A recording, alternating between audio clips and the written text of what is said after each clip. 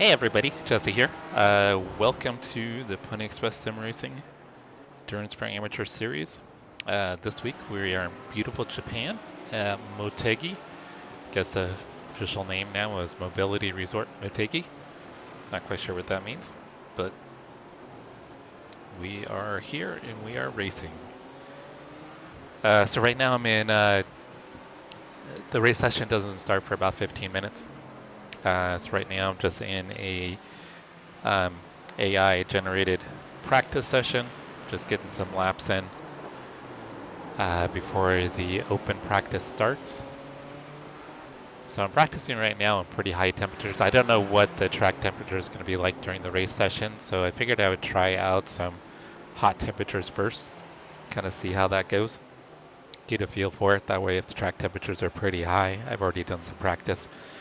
So we'll have about 15 minutes here of solo practice. We're going to jump into the open session, which will be about 45 minutes of practice. We'll have a 10-minute qualifying session, and then we'll have our 90-minute race start. So if you're happening to watch, if you're watching this as a video and you didn't make the live stream, look down in the description and I'll have the chapter set up so that way if you want to go ahead and skip the practice sessions, you can go directly to qualifying and the race start. Hey Mauricio, how's it going? Oh, you're thinking about doing it? Motegi comes up fairly often, so it's a track that you would probably end up buying eventually anyway. So that's not a bad thing if you've got the credits to do it.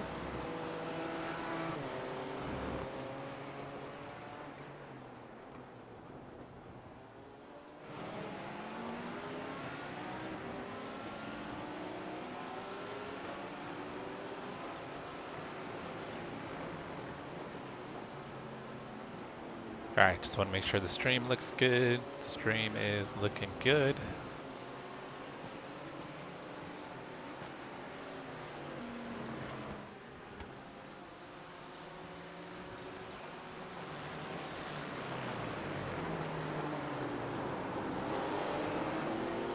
Well, depending on your timing, I mean, we've got the 45 minutes of practice and then 10 minutes of qualifying. So you'll definitely have some time to probably put in some laps depending on when you can get on.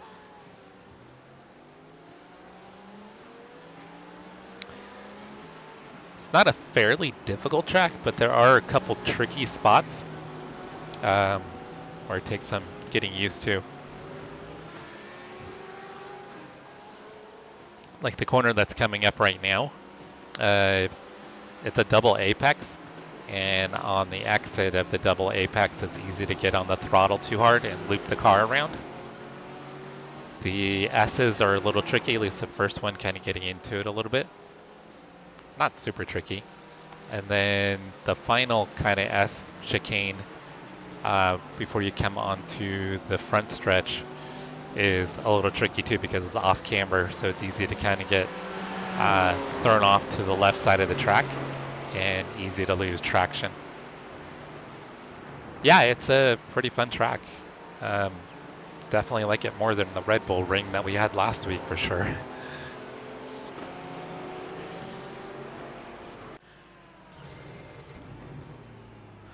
Alright, so I went ahead and set the AI. They're between 85 and 102%.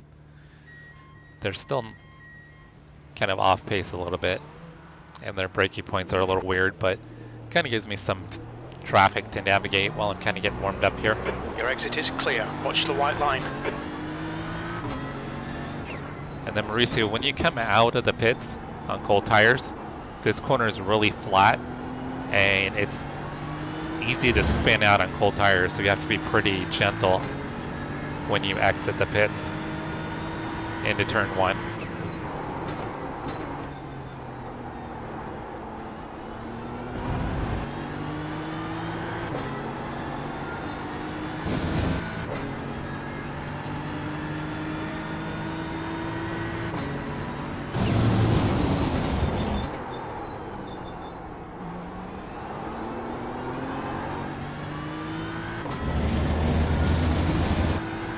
track temperature is, I think, 131 degrees in my practice session. I don't think the race session will be that high, at least I hope not. But if it is, I've had the opportunity to get some time on a pretty slick track.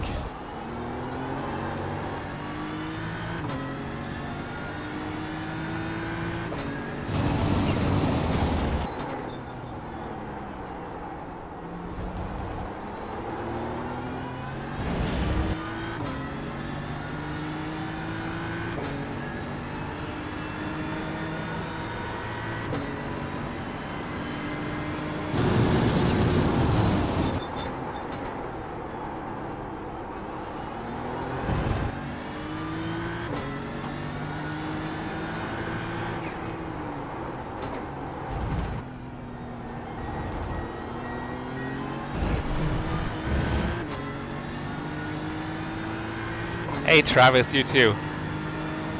What are your lap times so far? What are you thinking we're going to be looking at? On a hot track, I'm able to get into the 53s.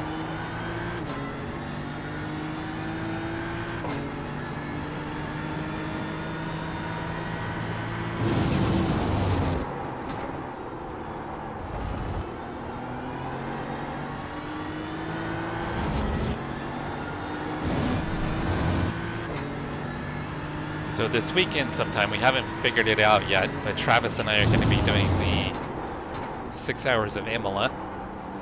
So Sector 1 time's okay.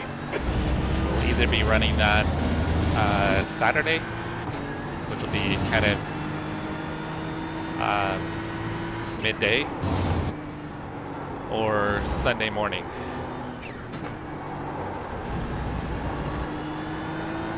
And we still haven't decided on a car.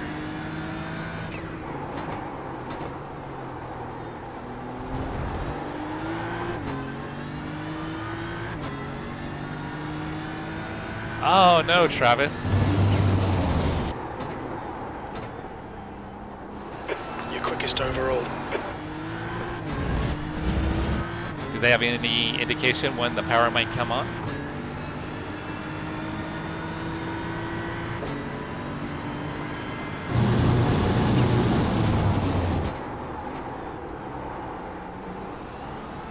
I know our electric company, they'll kind of have estimates on when the power will return.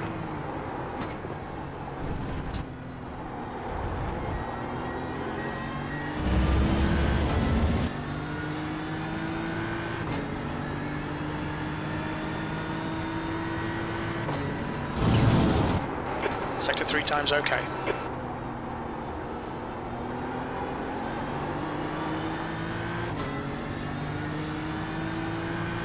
Yeah, the scary thing though is if it's popping on and off, it's probably gonna shut back off again.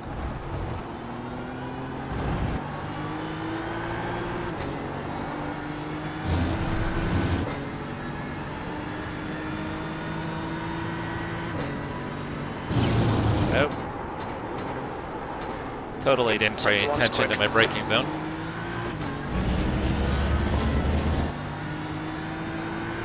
Well, at least it's a track you're familiar with, though.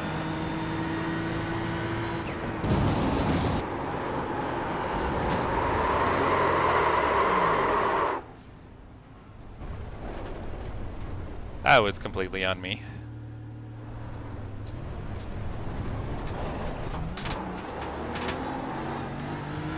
So we've got about 5 minutes until we join the official session.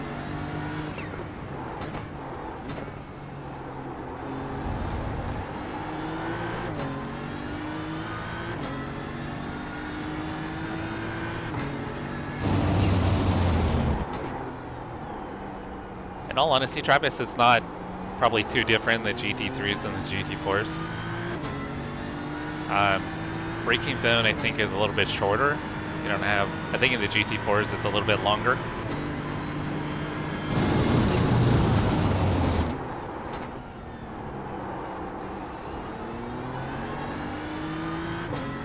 But both Mauricio and Travis, make sure you guys practice the pit entry if you do get in.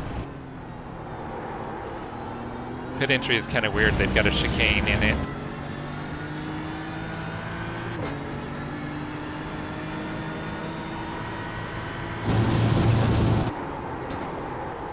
Sector 3 time is fast.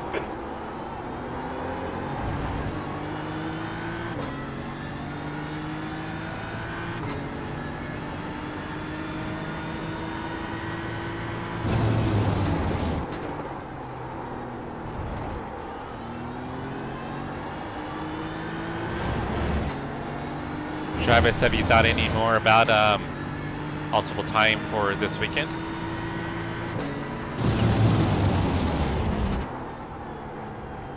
Sector 1 time is good.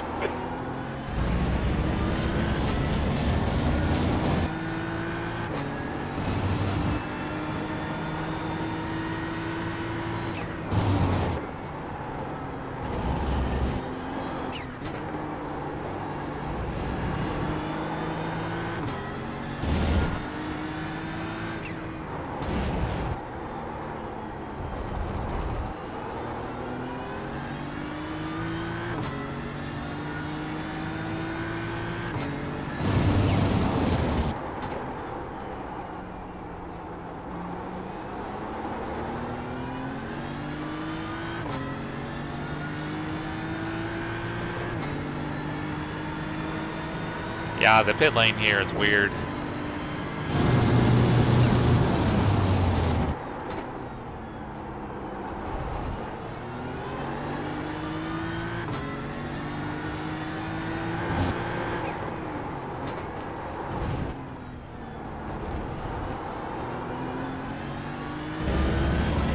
Alright, so we've got about 4 minutes until the race session starts.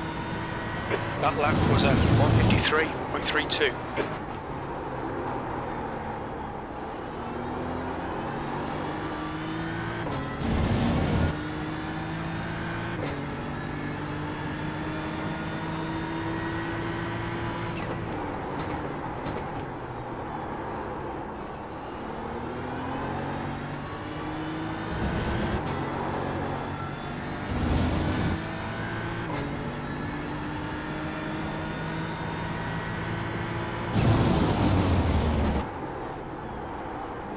Sector 1 is 0.29 off the pace.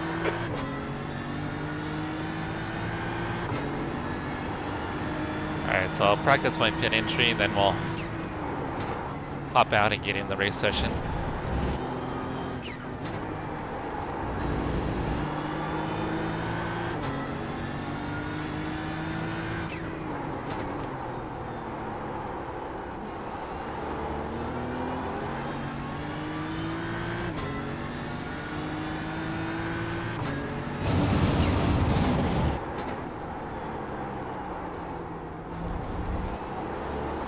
Sector 2 time is quick.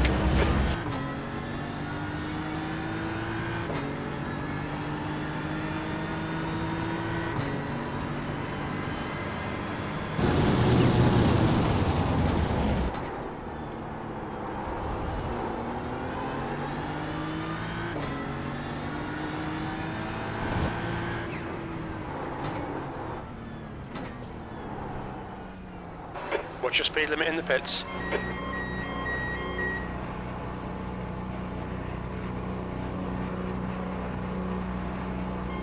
Box in 5, 4, 3, 2, 1. Box now.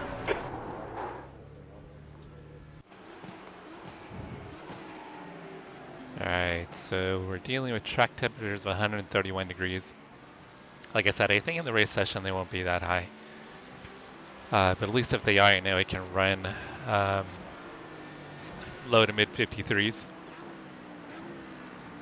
Hopefully that's going to be competitive. I'm sure Ken will be throwing down fast times as usual. Alright, let's go ahead and get in the open practice session.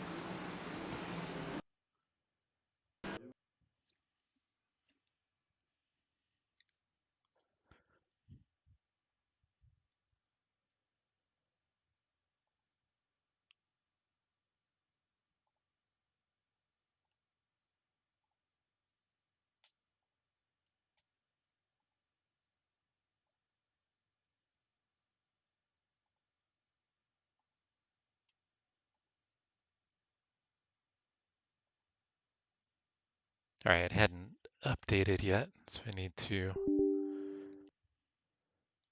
update the GTP cars. Hey, Russ, how you doing?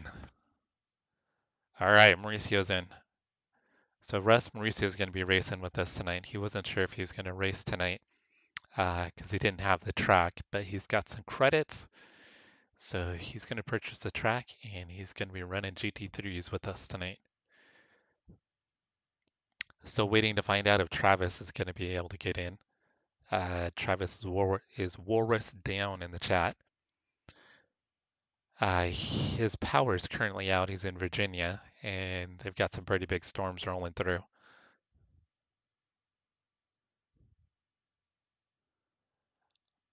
Oh, Russ, there's no dumb questions around here.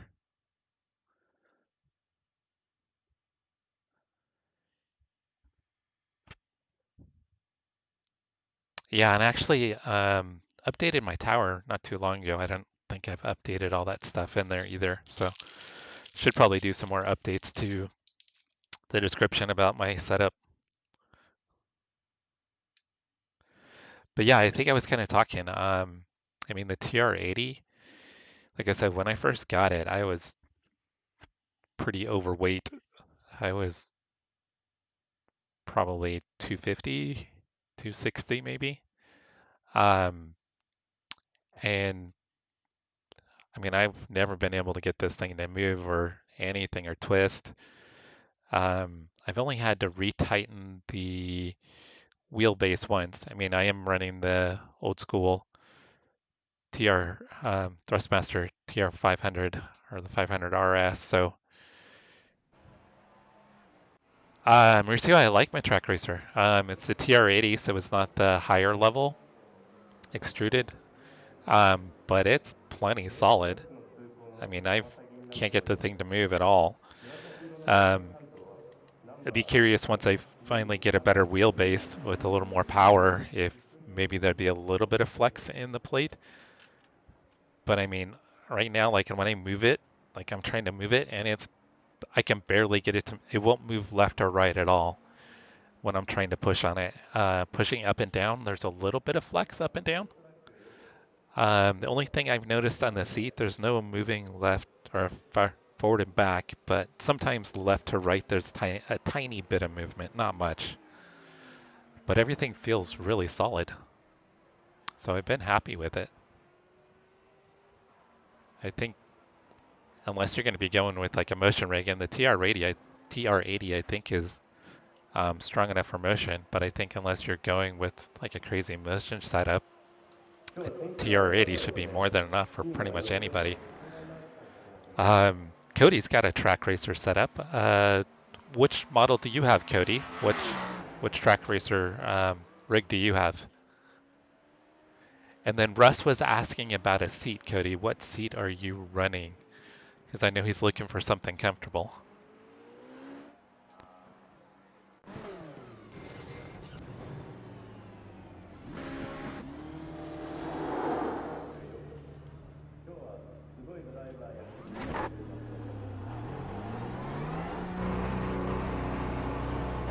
Pit exit's clear. Yeah, so Cody went with the TR160, which is definitely going to be a little bit more beefy than what I've got. So that's going to be the next level up.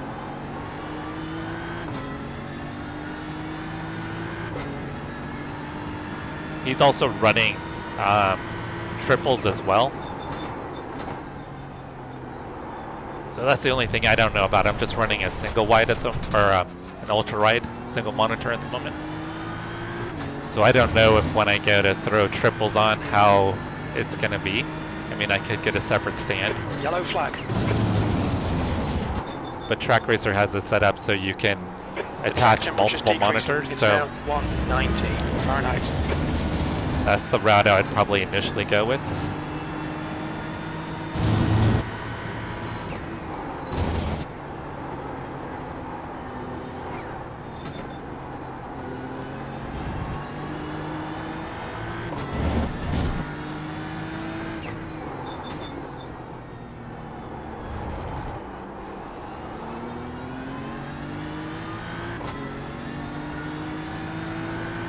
Travis. Car right. Hopefully power Still there. stays back on. Clear right. Fingers crossed, Travis. Hey, Brian, how's it going?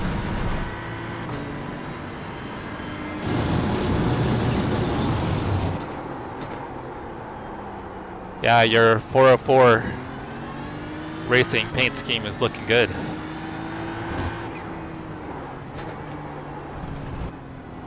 Hopefully we'll see that on the track this weekend.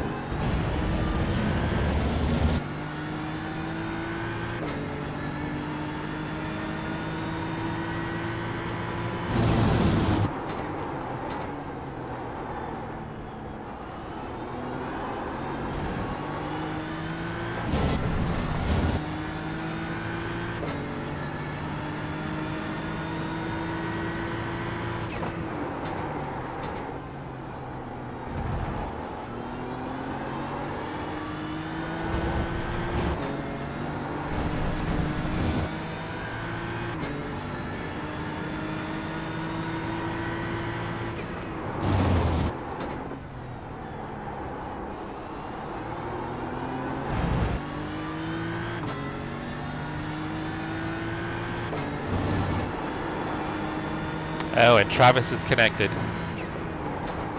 All right, everybody. Fingers crossed Travis's power stays on. We've got some pretty wild weather out there right now. He's in Virginia. Guessing Cody's not too far away in Tennessee, so I'm guessing he's probably had some of the same weather come through.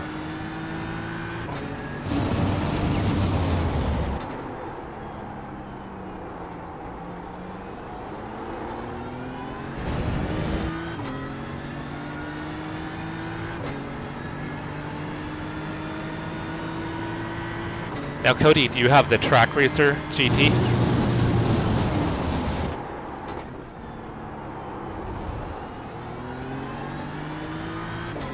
The GTC.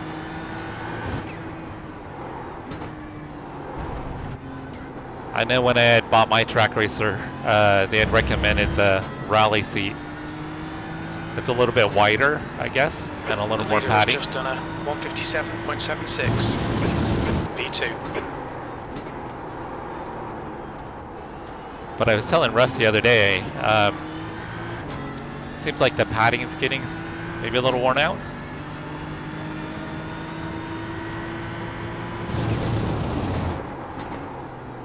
So I know for Russ, it sounds like comfort's really something that's going to be important.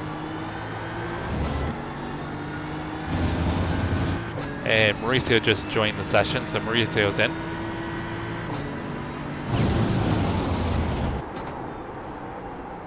Sector 1 time's okay.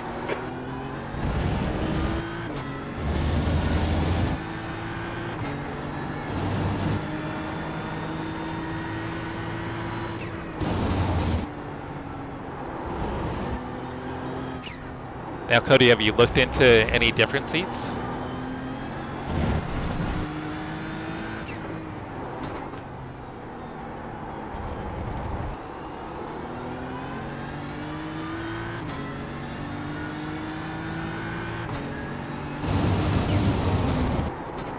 Totally overshot that corner. Sector 2 time is good.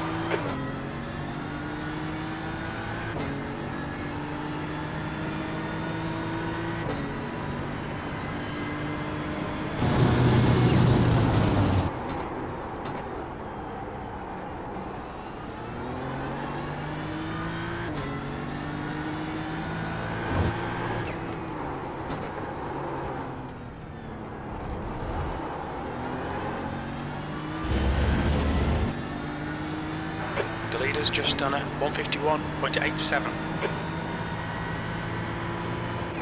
You're running last. That's your quickest lap. Sector 3 is 0.5 off the pace.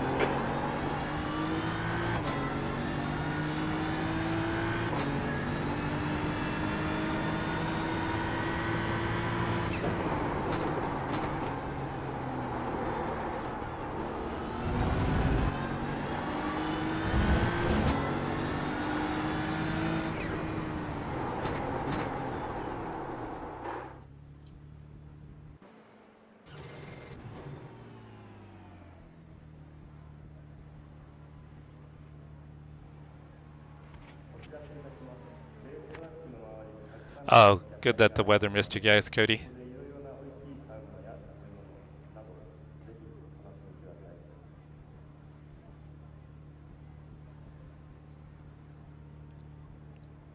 Yeah, one of my buddies, he just kind of exchanges out the cushions or adds like a bolster to the back to kind of get some comfort when he's in the rig for a long time.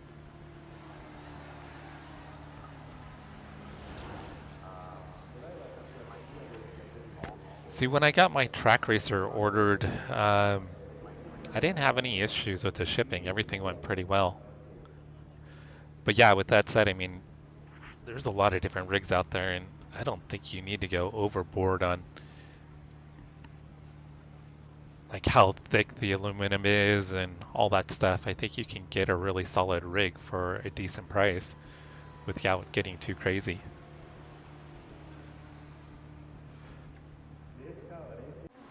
All right, how are we stacking up so far?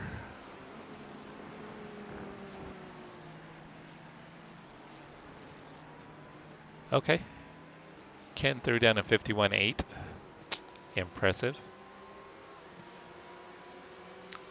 Track temperature is 121, so not too far off of what I was practicing in. I think I can get in the 52s with the current track temperature. Oh my God, Carrie Ann, I know, I'm terrible. I was telling Mauricio yesterday or the day before that it's right here, ready to be installed. Right now I just have cats in here with me, no dogs.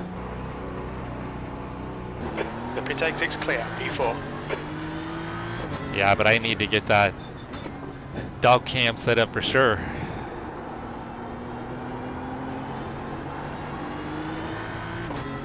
Then you guys can see the boys in here when they're roughhousing or sleeping. They're really good at sleeping.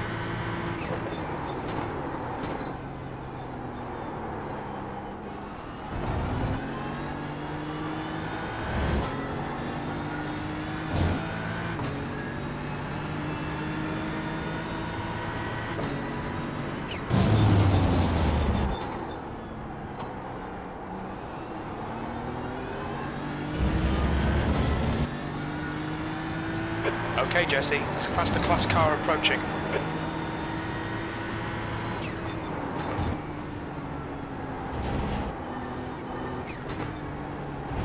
Car left, clear left.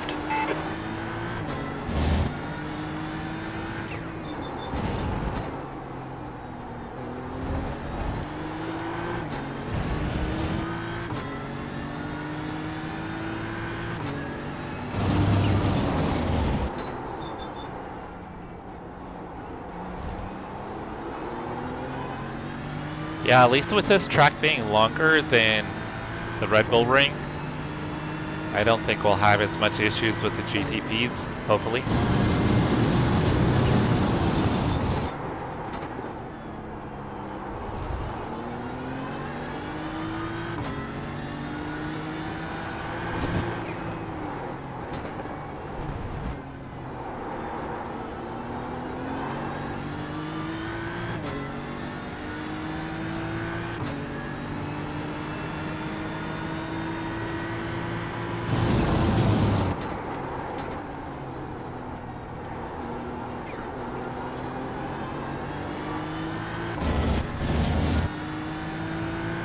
Alright, see if I can get in the 52s.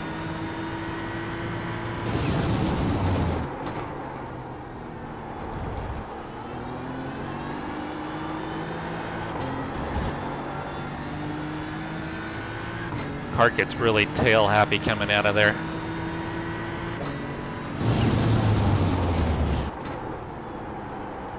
Sector 1 is quick.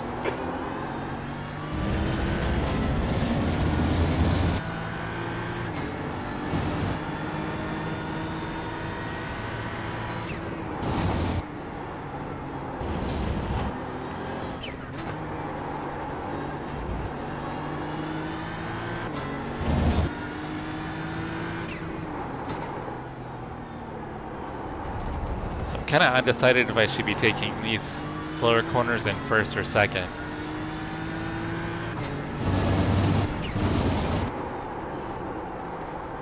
Oh, that was terrible.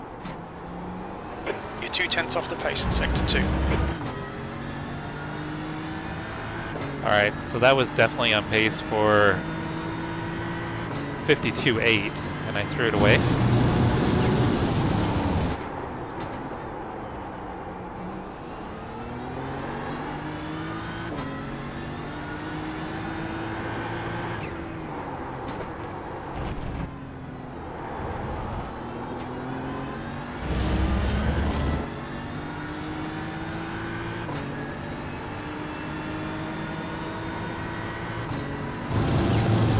Last. Good lap. That's your quickest so far. Sector 3 is 0.9 off the pace. So I think practicing on the really hot track was probably a good idea.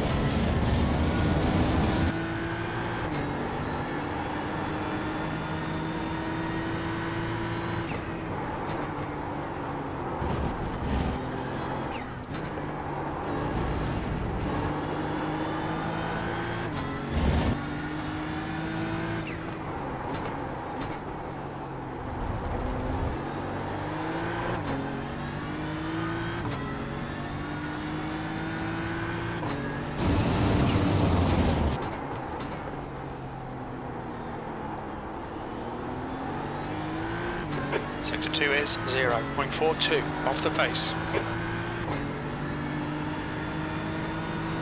Oh, sorry, Cody. I think I might have that automatically set up. I had a lot of spamming issues with the chat.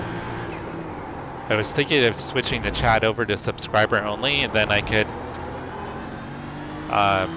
be a little more relaxed with it, allowing links. So I think I'll do that.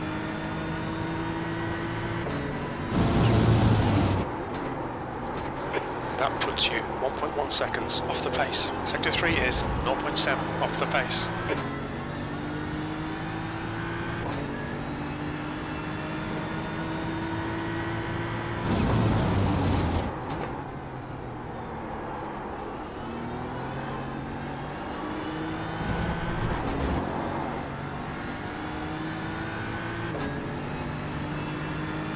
Yeah, I think if I set it to subscribers, then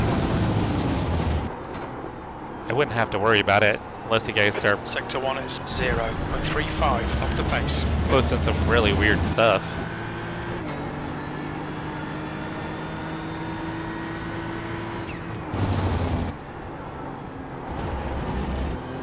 But I think I can trust you guys. Sorry about that, Keith. No, I shouldn't have tried it there.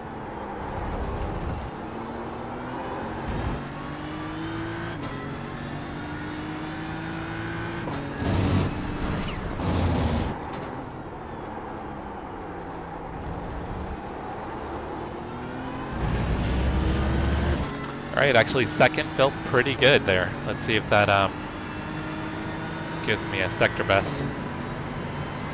Nope.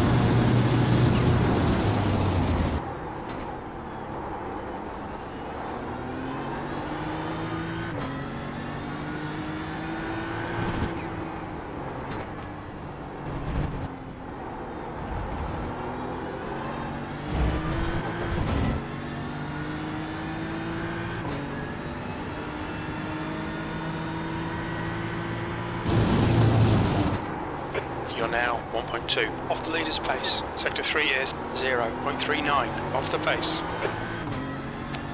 It's crazy. Ken is so much faster than everybody.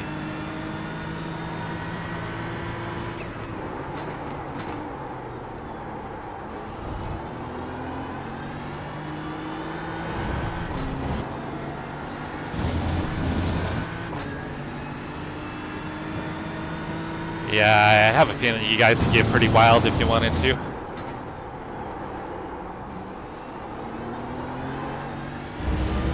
Get my channel banned.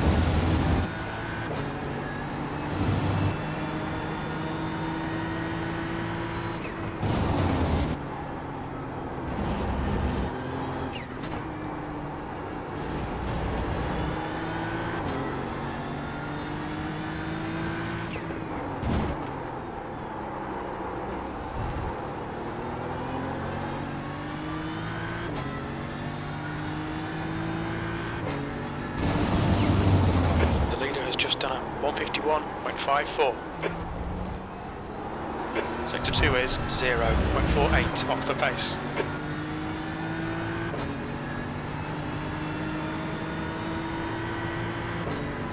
I don't know, Brian, your stream is pretty tame.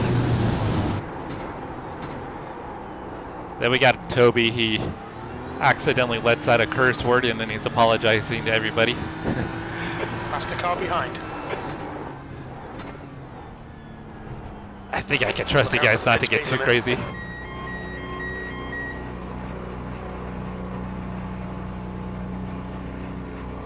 Box in 5, 4, 3, 2, 1. Box now. Yeah, Ras, Track Racer is based out of Australia, so they got to ship everything to their warehouse here in the States. Which I think during COVID, I think most of the time they're pretty well stocked for the most part, but I think during COVID they had a lot of issues with the supply chain during COVID. All right, let's see where we're stacking up so far.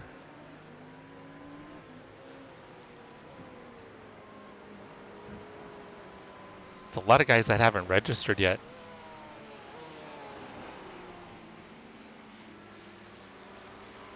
And we're only about 20 minutes away from, 25 minutes away from qualifying starting.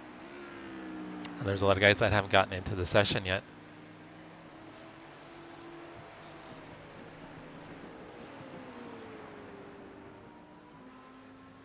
So pace-wise, I'm looking pretty decent at the moment. I think Travis will find some time. This is Mauricio's first laps on the track, so Mauricio's just getting a feel for the track.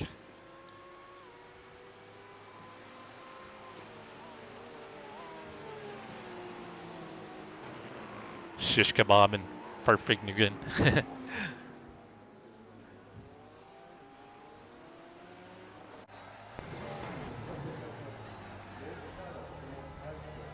Alright guys, so we got a little over 20 minutes of, it's like 20 minutes of practice. It's a pretty small field so far for the race.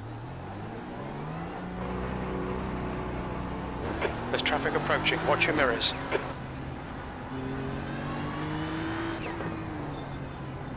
So hopefully we get some more people joining the session before the race starts.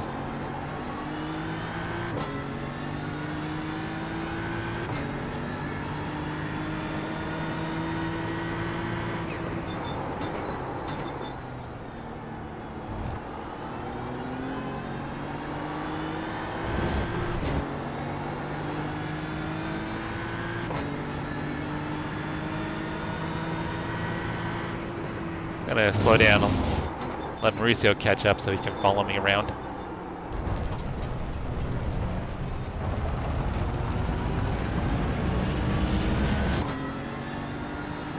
So we can get a feel for the track.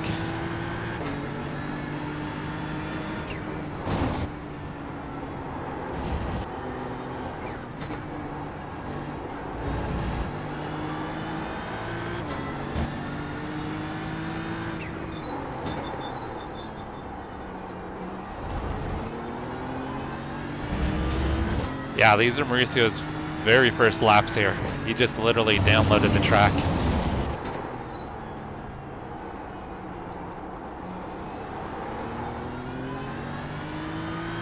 So I figure if he can follow me around, it should give him an idea of where the braking points are.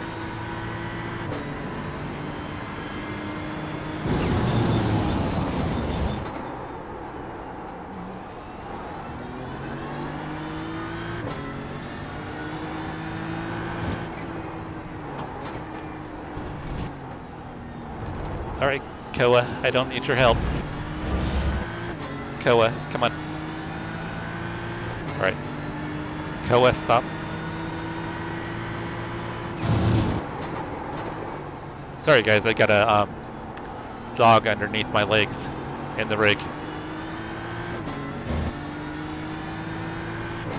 He just literally laid down underneath my rig.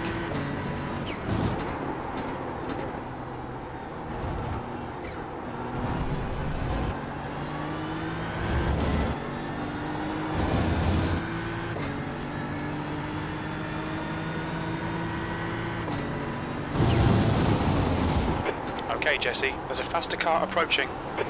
Sector 1 is 0.30 off the base.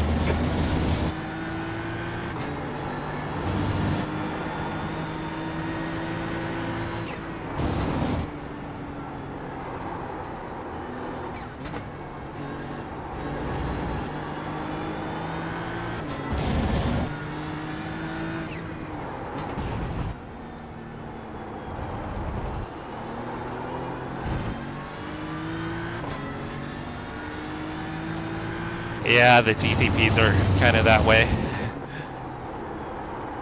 They're just going to kind of plow their way through.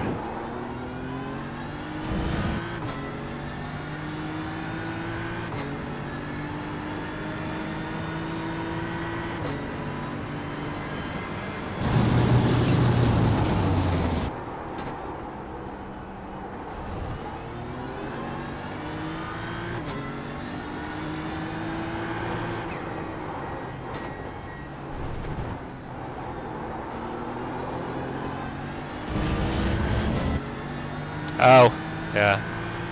There was no stopping him. He's like curled up down here now.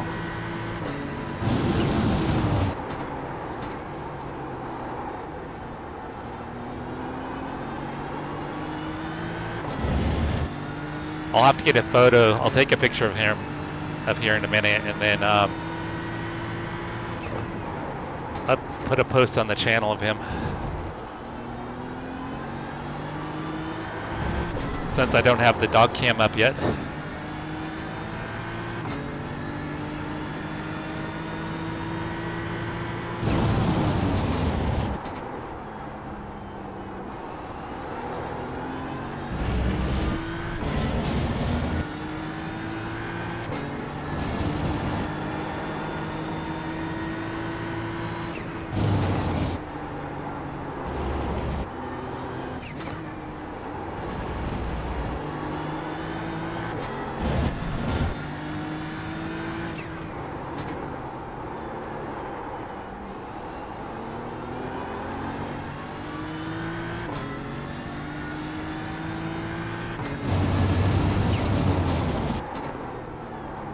There's a faster class car approaching.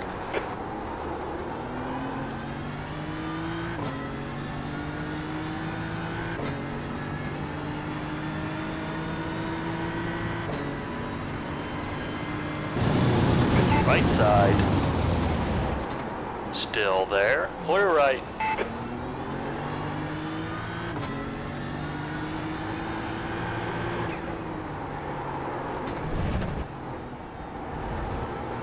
Don't invalidate this lap. Track limits. I almost lost control right there.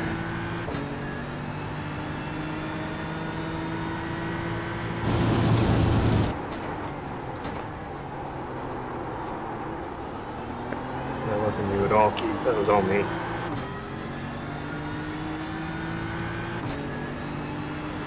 I don't know how he's comfortable, guys.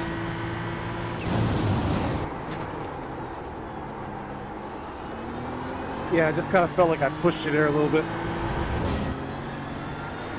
No, buddy, you were fine. I started losing it before you even got to me. Here, I'm gonna get a quick photo of him.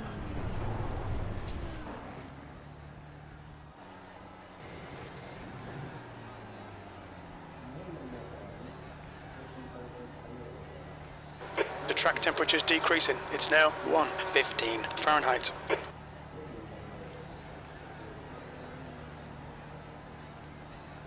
Go away.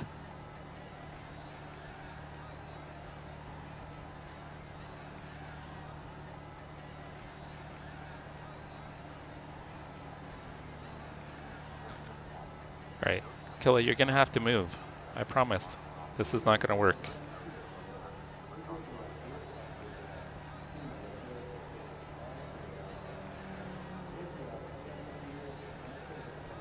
Yeah, I'll have to post that to the channel. I'll do a channel post and share a picture of him. So he's just a 65-pound little male golden retriever. He's our rescue. Oh, and then his brother just came in. So we've got Mackay trying to figure out why Koa is curled up between the seat and my pedal pad.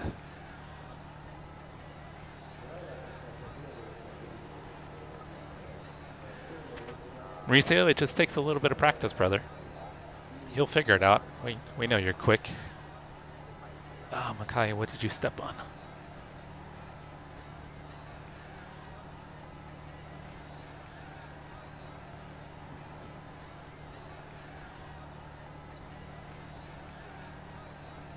Yeah, Cody, I can do that.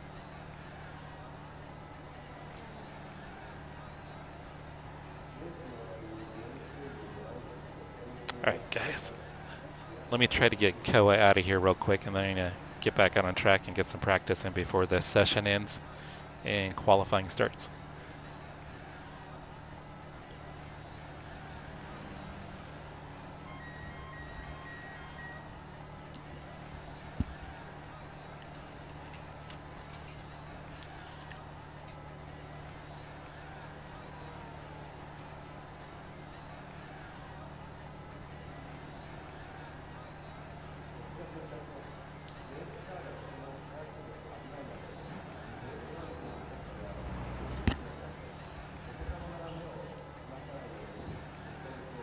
Okay, yeah, give me a second here, Cody.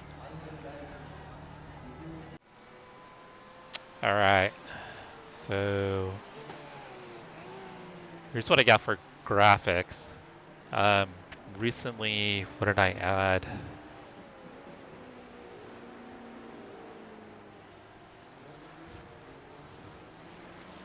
I don't know if I added the SSR. I think I added the SSR because it was recommended for the rain, but that took up a lot of processing, I found.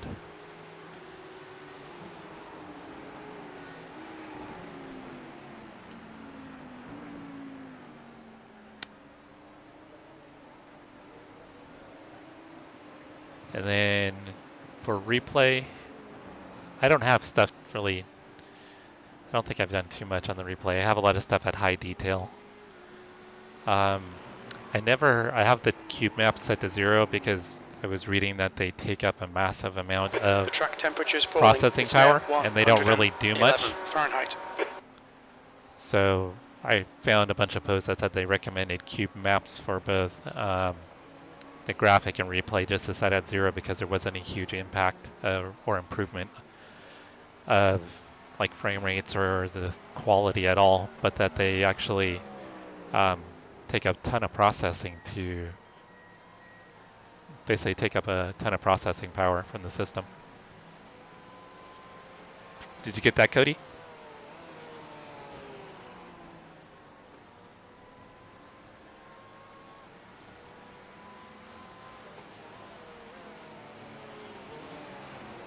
All right, let's see where we're still standing. So Travis found time.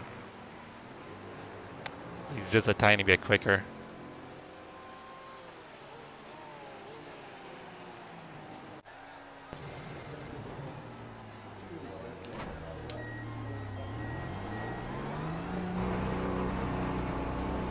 You're all clear. Stay behind the line. That's last. Oh, you know what it is? You probably have the cars set to a low number.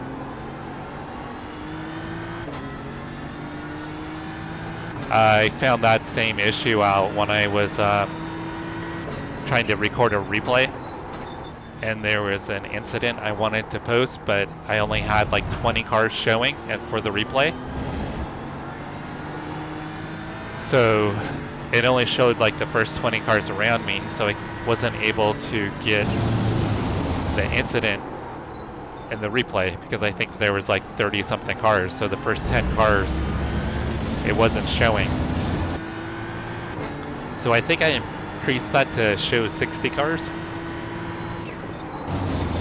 So that way if I'm like in an endurance event, it'll show everyone's car.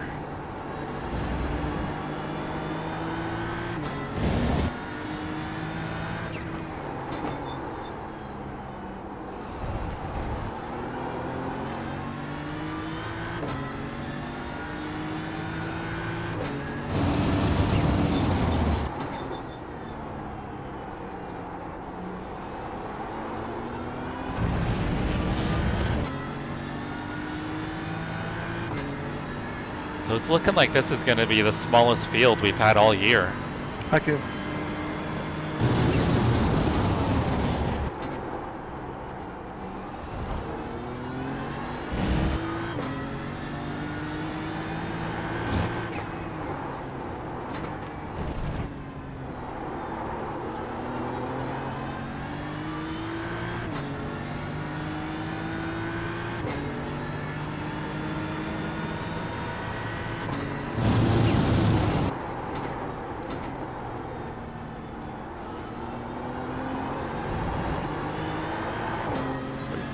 Yeah, before qualifying starts, I'll take another look at the replay settings and see how I've got it.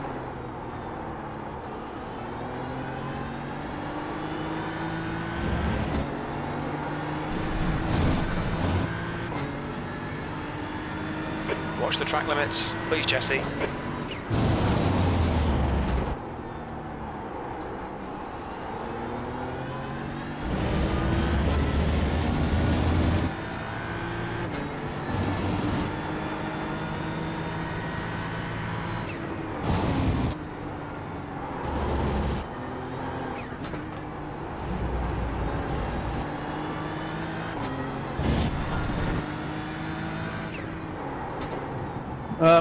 Hello everyone, and welcome to our final race in the land of Japan. We are here at one of my favorite tracks, apparently not one of other people's favorite tracks, Motegi. We are not doing the oval, obviously, which is actually kind of fun. A few quick things for this track. I'm not seeing too many, I don't think anybody who's completely new. But as always, single file starts. There will be no passing until after turn 1. I'm not sure if that first corner is considered 2 or not, but that first kind of right-hander, double apex, then when you get onto the straight, after that you are good to pass. Right side. Yeah. Clear to the right. We'll keep about 5-second gap GTP, just because it's going to be probably pretty tight going down into turn 1 with checkup, so keep that in mind. Also, if you have not practiced Good job, Mauricio. entry, do so now. It is an amazing pit entry, probably one of the best. It has a chicane right at the end, very slow. If you cut through the grass, you get a cut course penalty.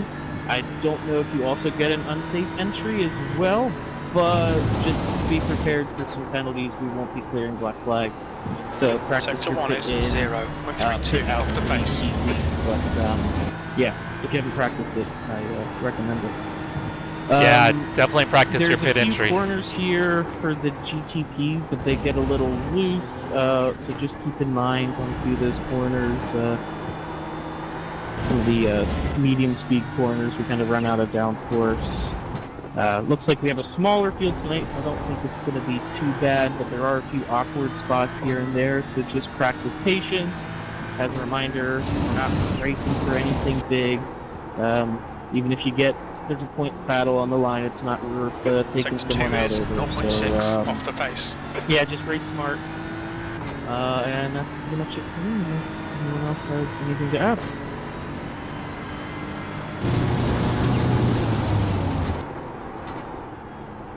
Thank you. I will say that 26-second stop and go if you cut the chicane for the pit entry. Not that I know for any particular reason.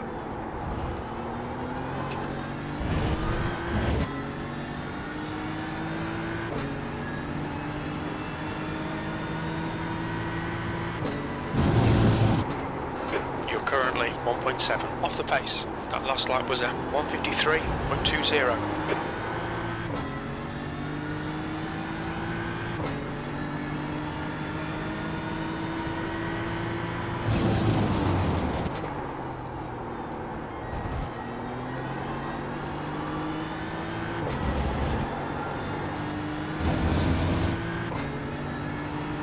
Track temperature's decreasing. It's now 107 Fahrenheit. Sector 1 time is good. Alright, so track temperatures are coming down, so speed should be going up a little bit. I think usually for qualifying they reset the session though. Oh, I wasn't paying attention.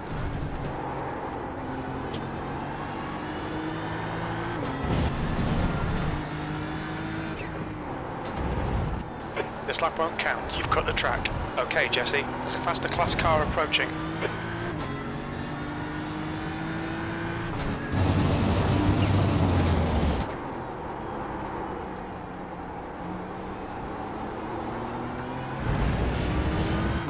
Car right. Clear right. You're clear.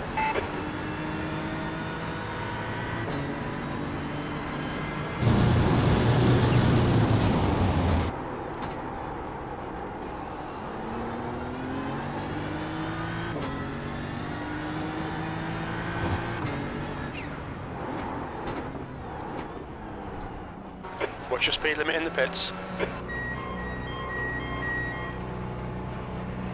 Alright, so we got about a minute until the session ends here. Box in a 5, 4, 3, 2, 1. Box now.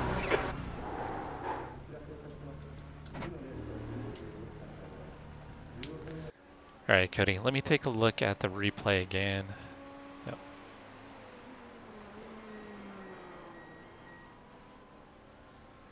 Okay, so yeah, it's draw all. Okay. Yeah, if you have draw all, it should be showing them all. I think before I had it set at like 20, so I was having issues not being able to find incidents in cars. So if you have draw all, it should be working. And I've got the same thing on my graphics as well, draw all.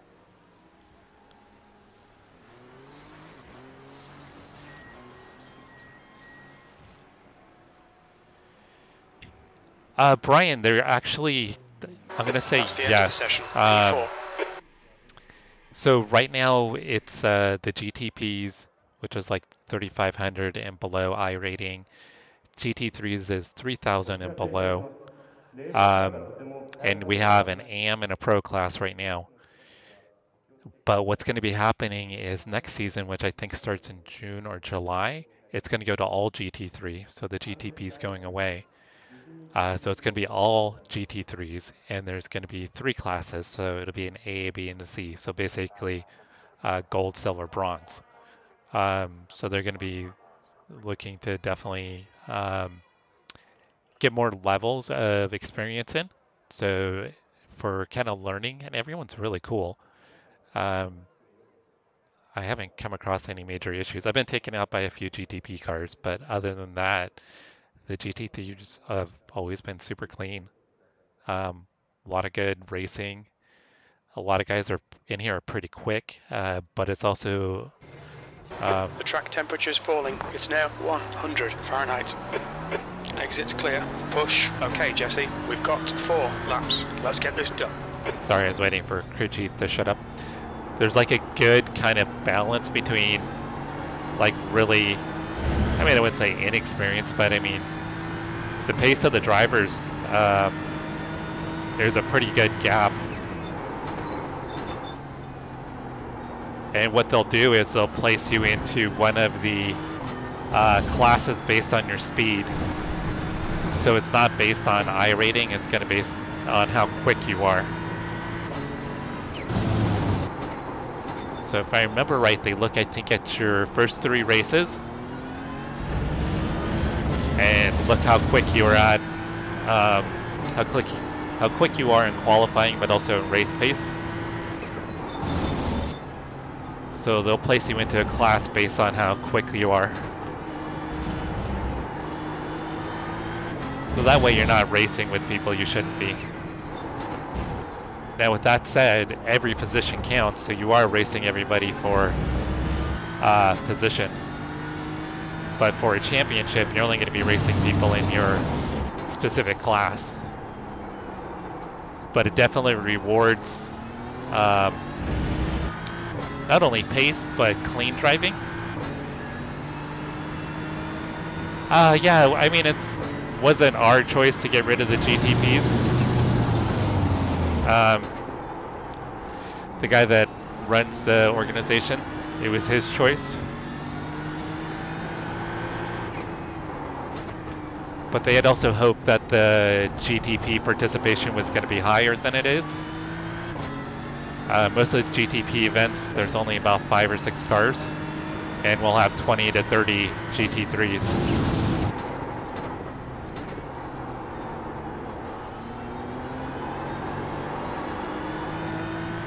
Yeah, so Brian, I think if you're looking for kind of a good entry level, I wouldn't even say entry level, because a lot of the guys in here are really experienced. But kind of a good, kind of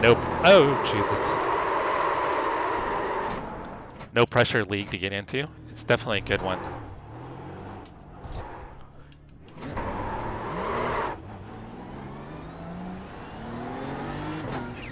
I just got black flagged. I got to reset. Damn.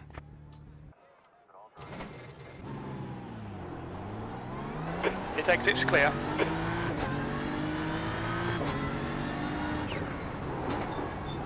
Yeah, Brian, they don't have, there's no minimum as far as iRating.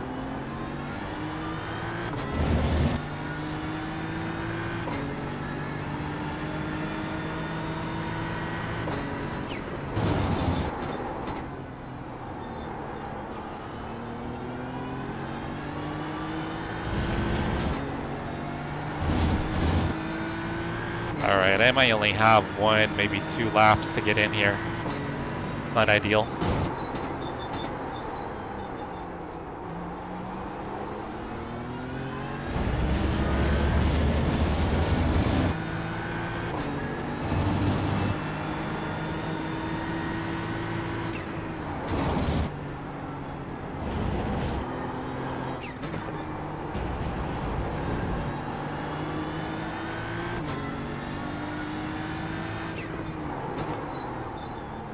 I think based on my pace and a couple guys not being here this week, I've got a good opportunity to try to get back up in the top of my class standings.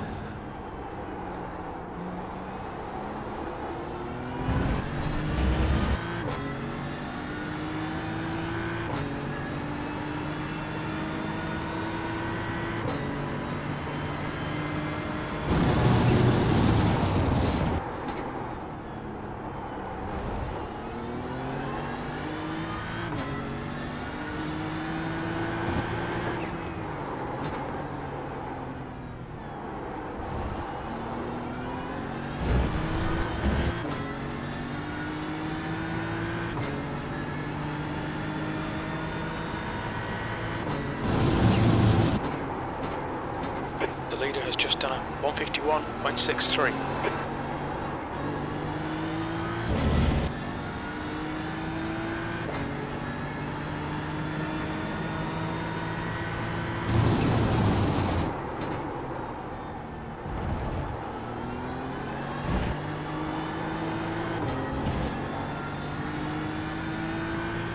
Alright, I really gotta keep it clean to get this lap in.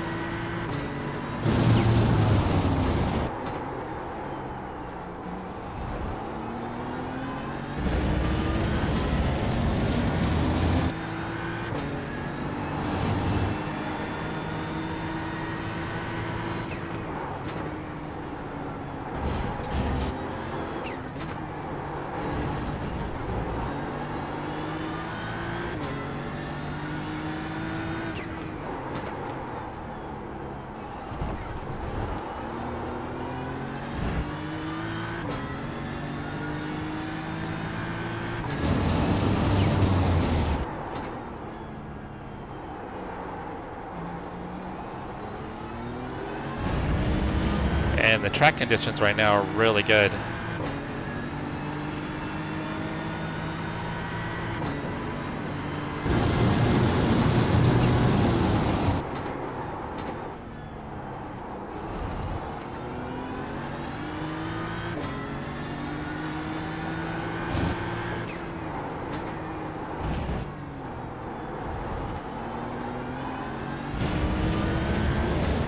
All right, so I got a banker lap.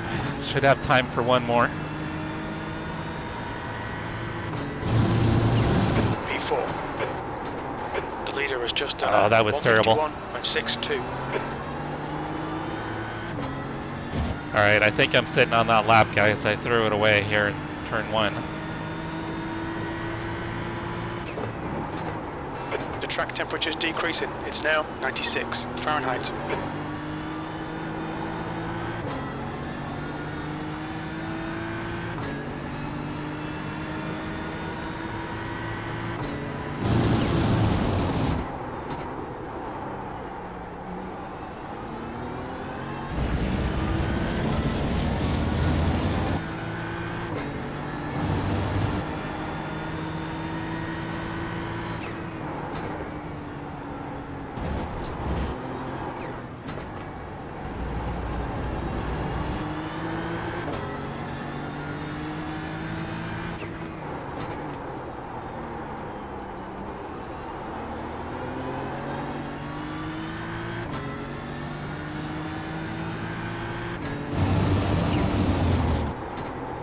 Yeah, I think there's a chance. I can't remember. I think if I get around before checkered comes out, I can get one more lap in, I believe.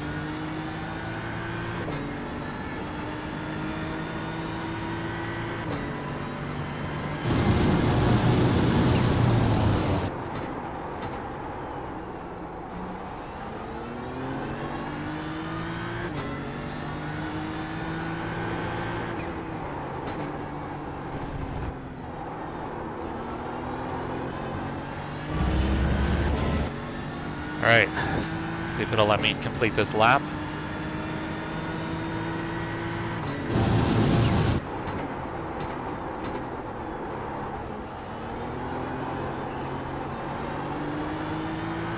I'm pretty sure we have a time limit of 10 minutes, so I don't think it's going to let me complete the lap.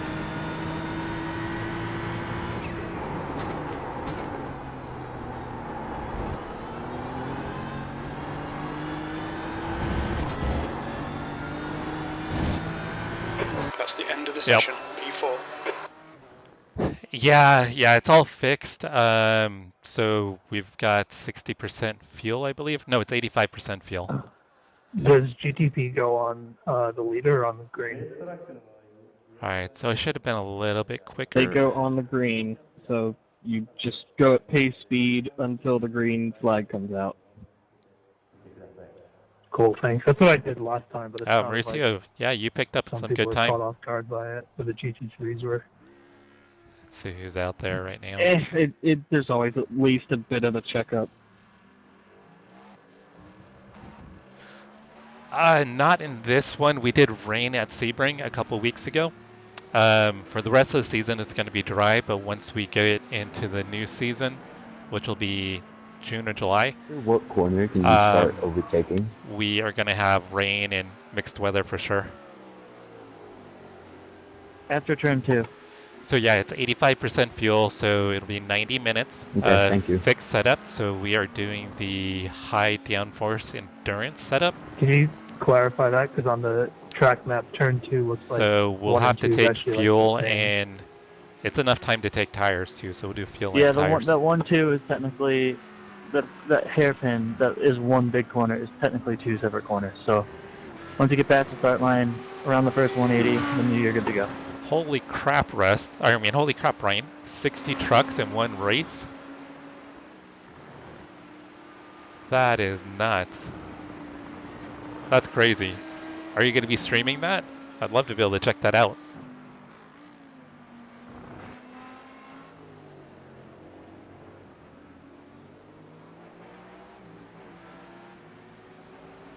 Alright guys, after warm-ups, which is 5 minutes, we get right into gridding.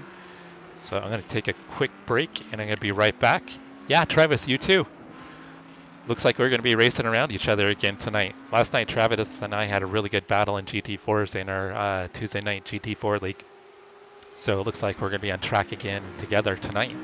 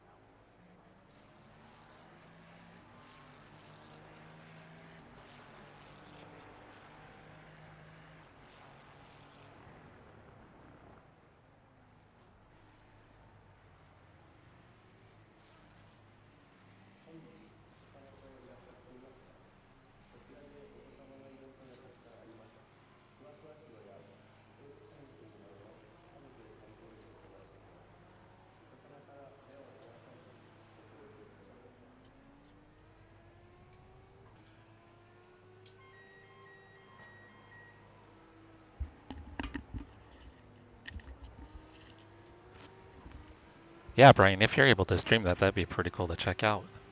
That sounds like a wild, a wild way to do a race. 60 trucks just bombing it for one lap, and you just keep doing it over and over again until there's one car standing, one truck standing.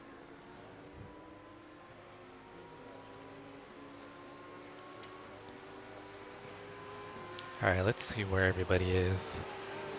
All right, so I qualified P4. I probably had a little more time in the car. So Travis is a couple tenths behind us. Andrew's right behind us. So Ken, Sheldon, and Joshua are all pro class. I'm the first AM driver. Andrew is AM. Travis is pro. Aaron and Mauricio pro. Now it's Mauricio's first race at this track. These are his first laps actually at the track. So he put down a pretty impressive time for his first time running the track here. It's very impressive. I think Travis is pro. Greg, I think, is AM. Kevin's AM. Jeff is pro. Zachary and Daniel are both AM. We usually have a lot more cars than this, so I'm not sure why the grid is so small.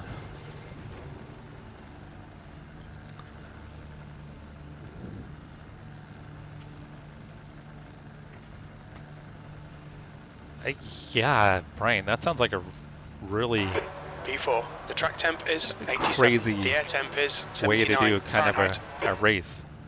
That's going to be really wild to see if you're able to show It's it. cool. The spotter now tells you Follow car when people number have gridded or not. 06. I got Travis flashing me.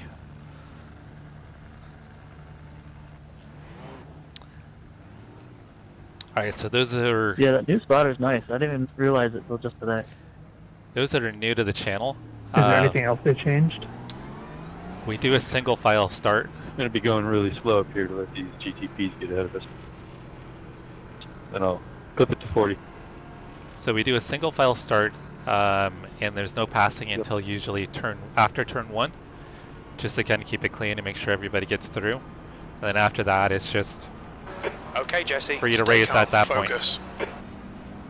Thank you, Russ. Appreciate it. I have a feeling Mauricio will be catching up to us eventually. Keep it single file, guys. as he figures out the track. Go, go, go.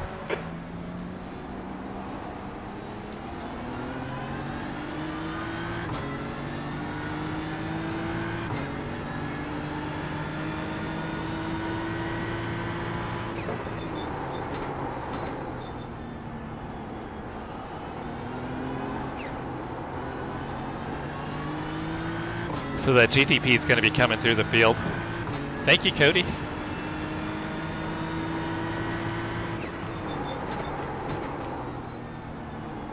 Start's okay. Now find your groove.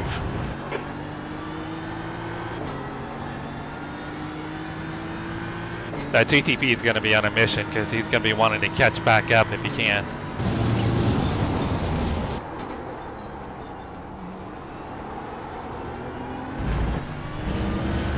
I think he's already caused a little bit of drama behind me.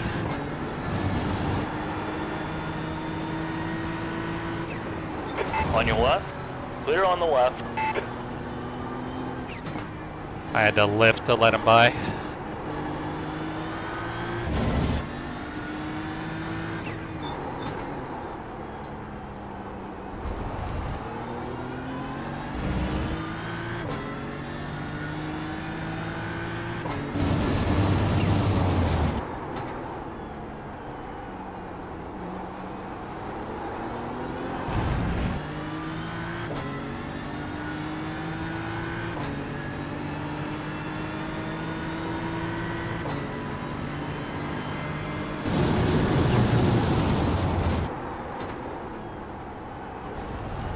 So at this point, it looks like Ken should probably just run away with the race.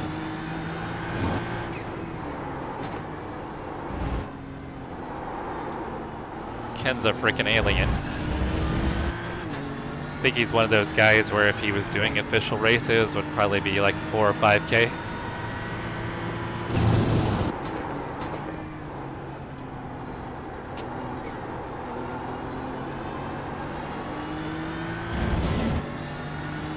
Ken is like, he's just freaking smooth.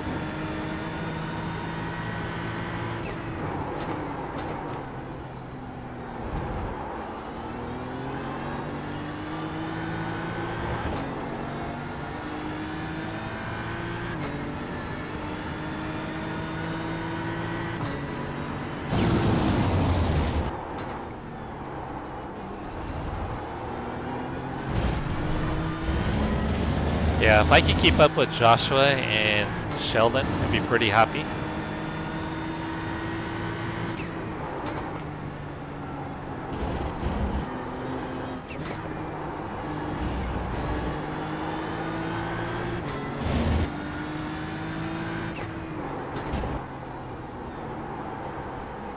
Also guys, this series also rewards clean driving as well. So if you finish with like a really low incident count, you get bonus points.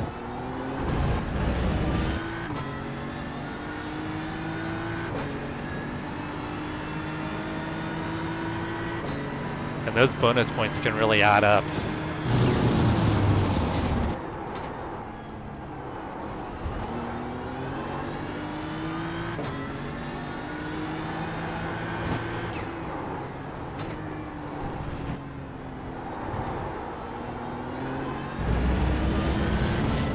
So my main rivals actually aren't here tonight. So it's going to be a good opportunity. That was a 152.86. A good opportunity to get some points and try to get back into the race for the championship.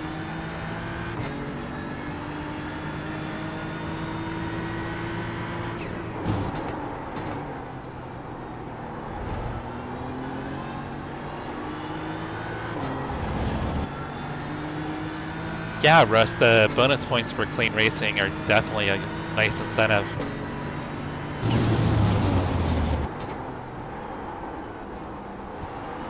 I find that the league has really clean racing anyway, I think our but refueling window will open after 37 minutes. Trying to Closes after maximize all the minutes. points, it makes everybody race even that much cleaner.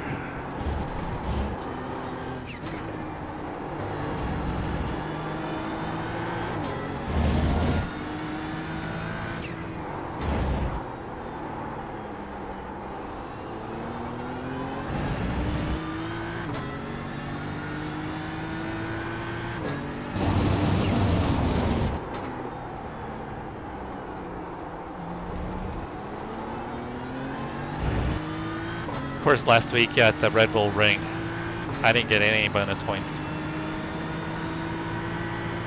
I think that was my worst race of the year as far as the incidents.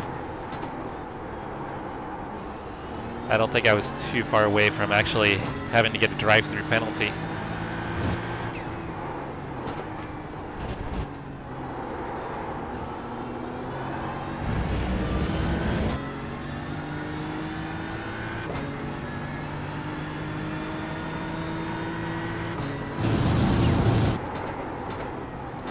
Your lap time was 1:52.35. Slower car ahead. This guy's on our lap. He won't get a blue flag. He's racing us for position.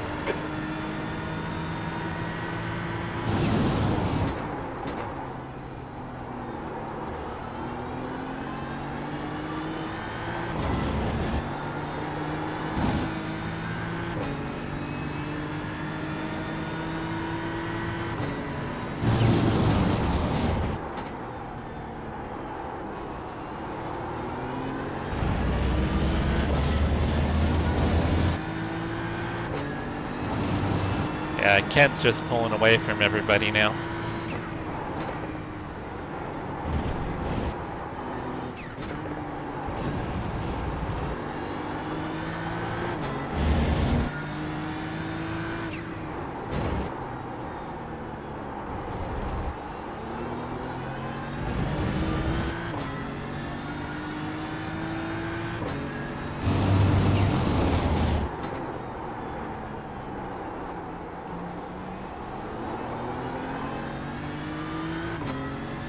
Lost a little bit of time to Joshua. Gained about 2/10 on me.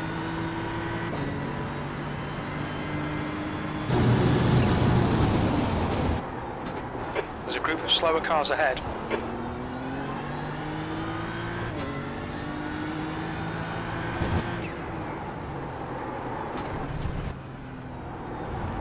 I almost lost it there.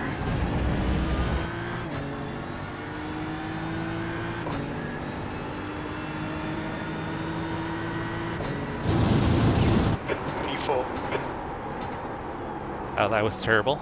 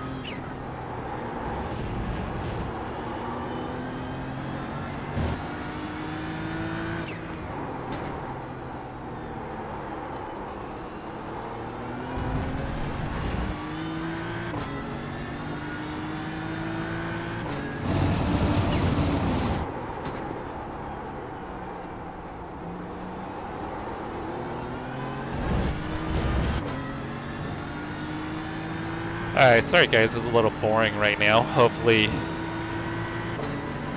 as we go through pit stops, things will kind of get a little more interesting.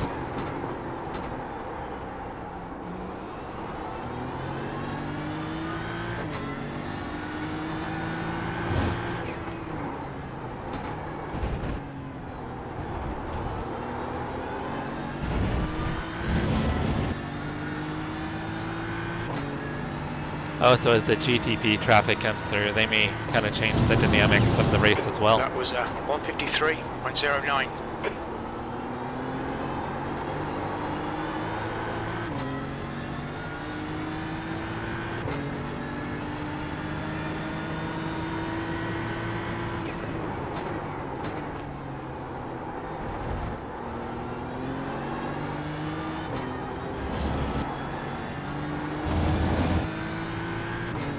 Travis seems to be chipping away a little bit here.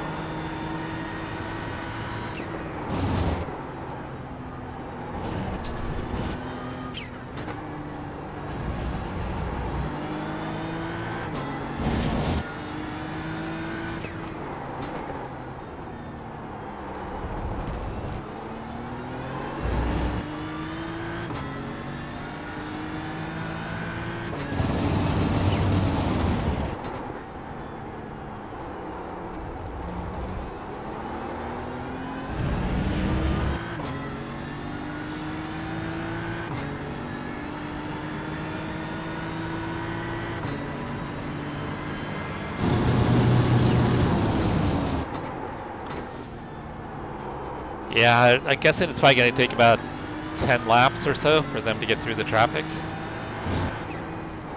Or kind of cycle around.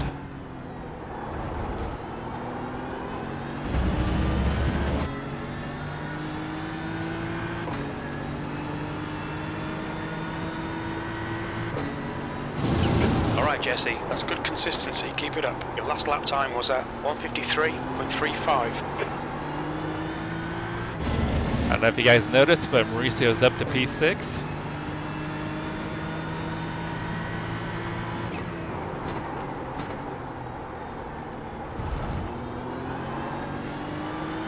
Pretty impressive for his first race here ever. And he probably has less than 20 laps in.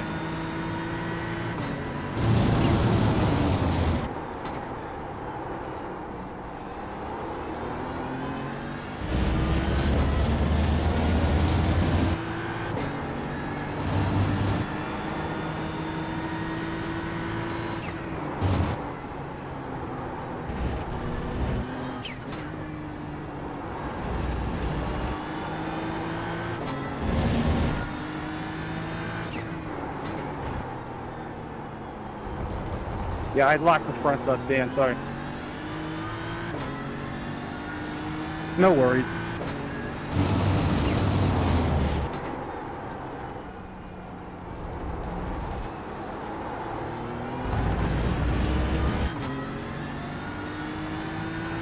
Looks like Travis lost some times with the GTPs, which they're going to be on me here pretty quick. Blue flag.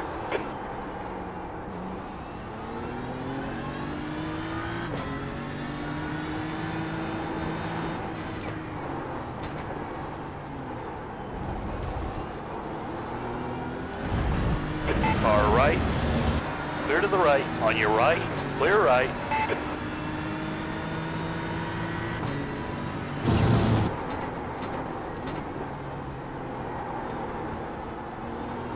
I'm glad that Jay was leading that charge for the GTPs. If it was Paul, Paul would have tried to pass me there.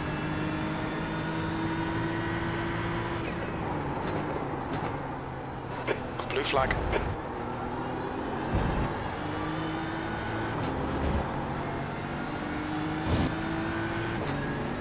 Left side. Clear left.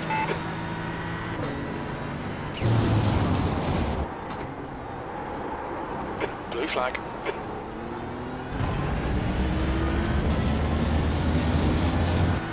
Car right.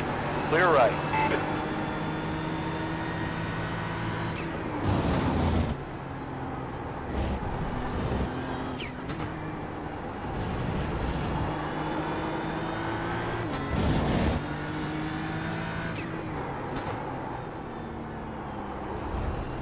I miss seeing Dustin driving the Cadillac.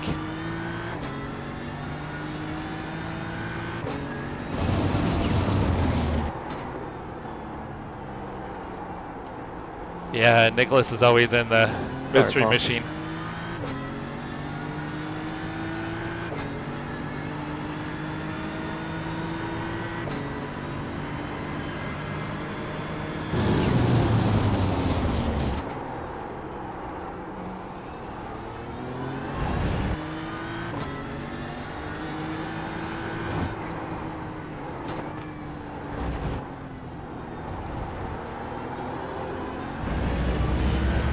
Alright, so the GTP traffic basically just kind of stretched everybody out again, even further.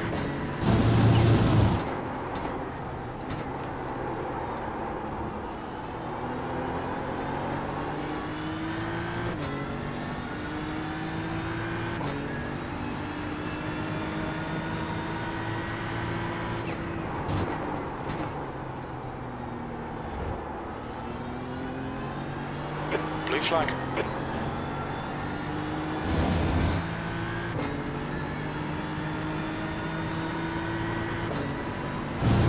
Right side. Keep it steady. Clear to the right.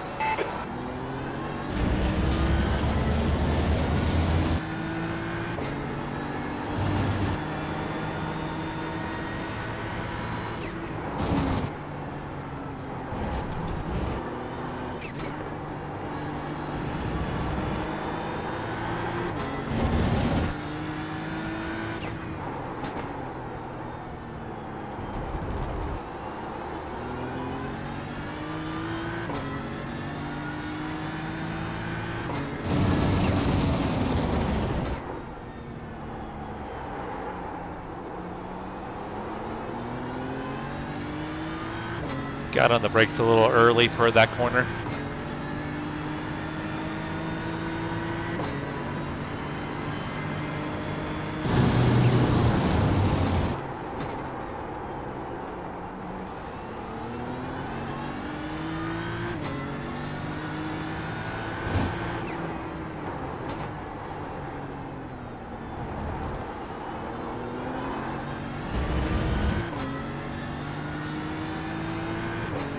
Right side, clear right. You've just done a 153.94. Sector 3 is 0.8. Off the pace.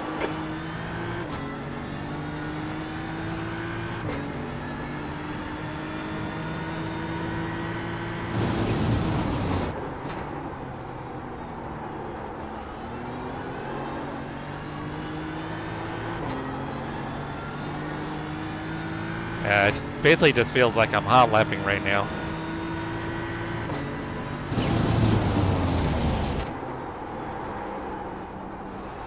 I mean, this result will be good for my league standings, that's for sure.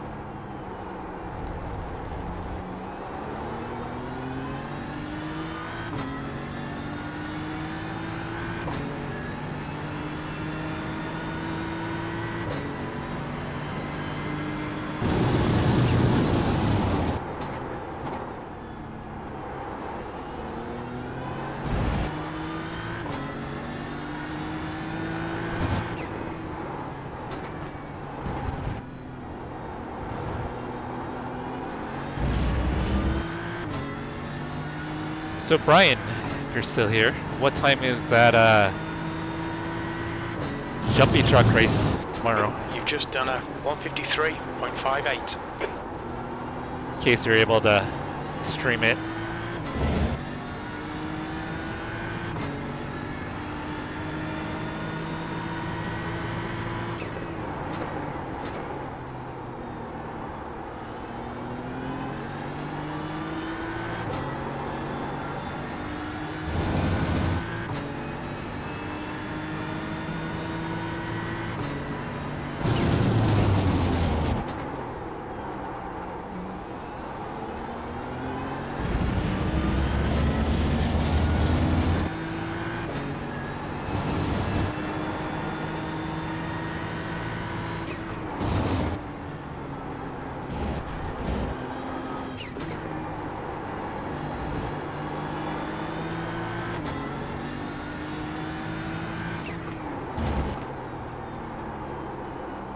I just realized I'm not prepared for this sun to go down.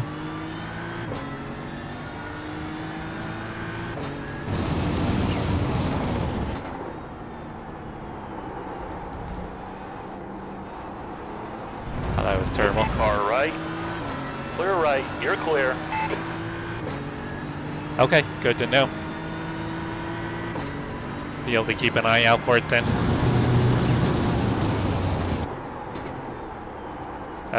Jay just mentioned that the sun was gonna probably go down. Which it is. Which means that we're gonna be racing in the dark, and I did not practice to race in the dark around here.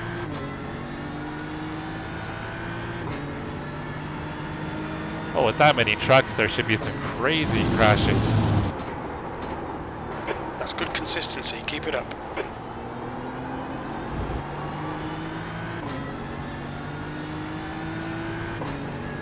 Yeah, guys, I didn't practice for night racing here.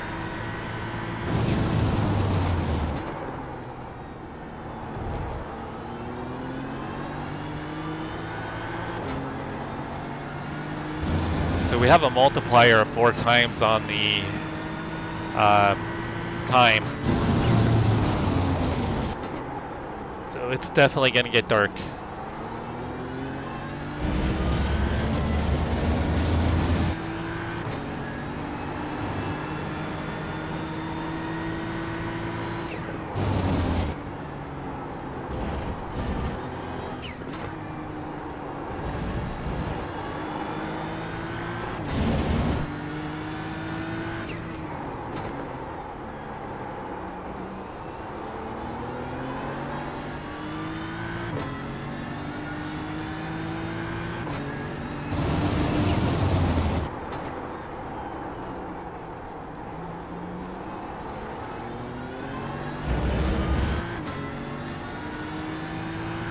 Mauricio got by Travis.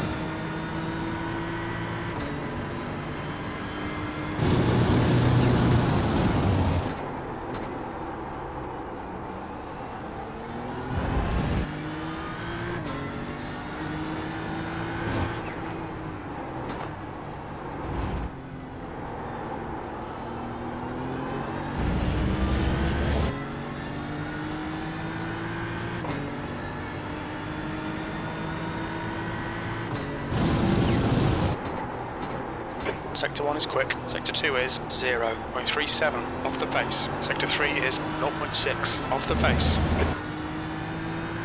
Oh, Sheldon got dropped.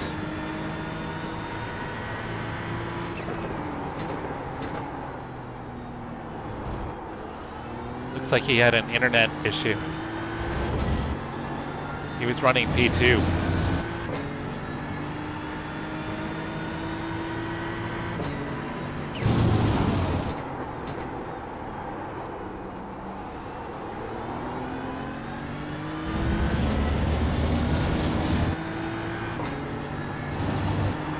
So Brian, who dreamed up this race?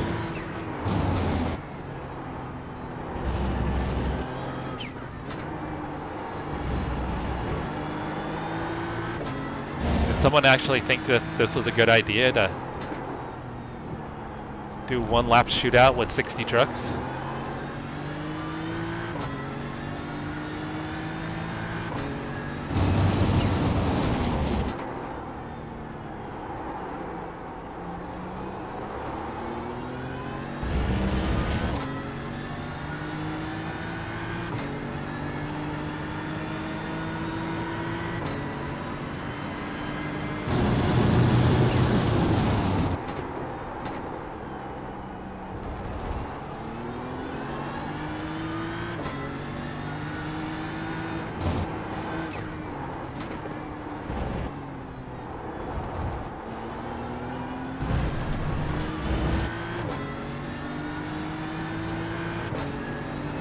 Okay.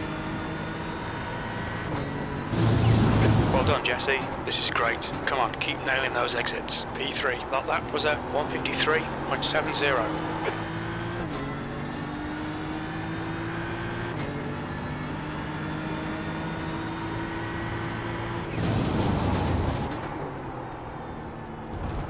So how often do you guys run league events?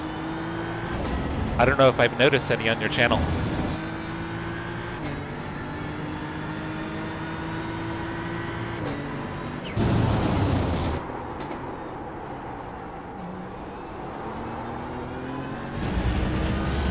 So guys, Idaho Panhandle, Brian, he runs the off-road trucks quite a bit. And he's quite proficient in them. He's pretty quick. So if you like the off-road trucks, definitely check out his channel.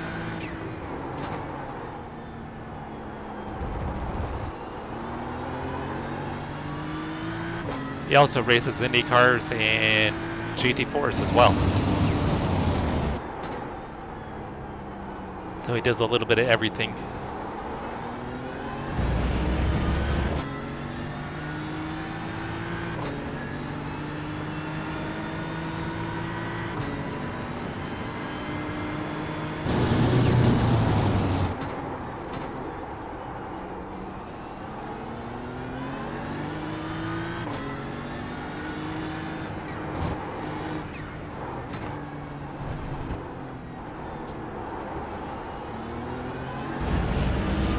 Car right, clear right. Blue flag.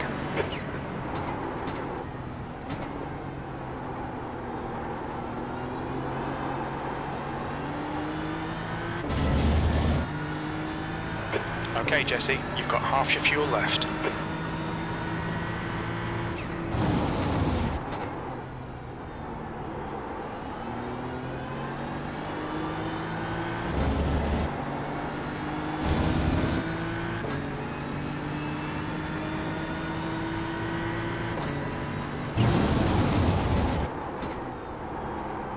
Okay, so you gotta be, if it's National Series, then you gotta be pretty quick then, huh?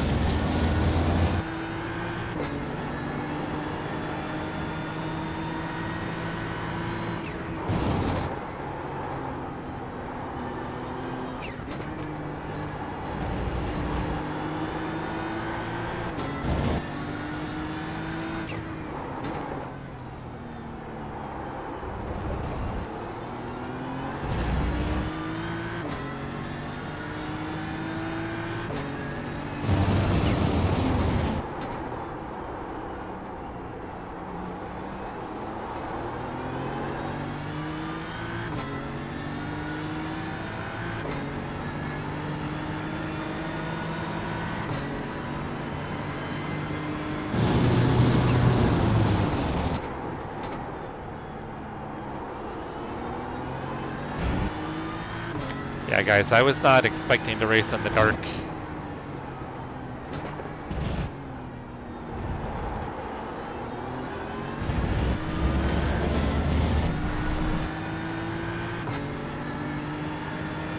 Sorry, I thought you were going to follow through there, Skip.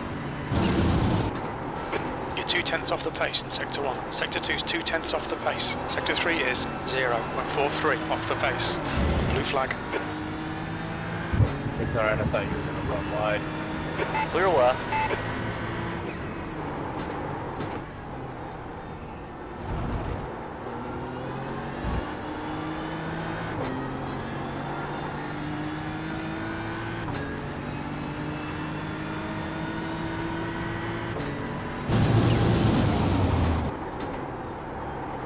So with the regionals, would that be easier to qualify for? Do you have to qualify it, or are you kind of automatically in?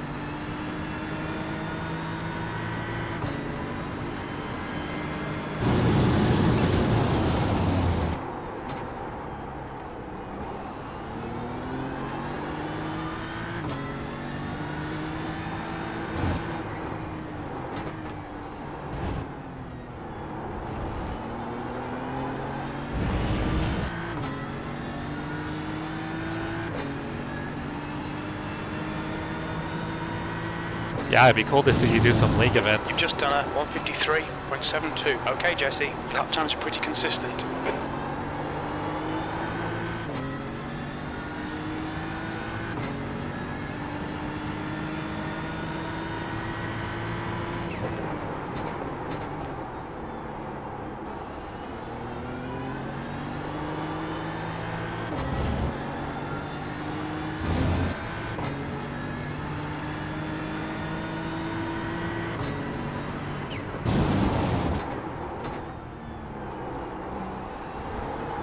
For what it's worth, Keith, also sorry, button powered.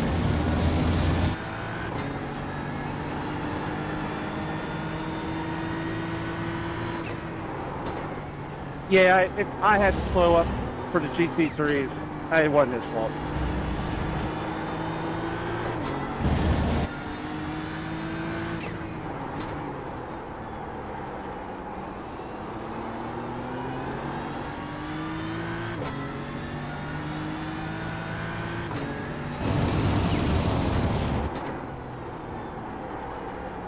P3.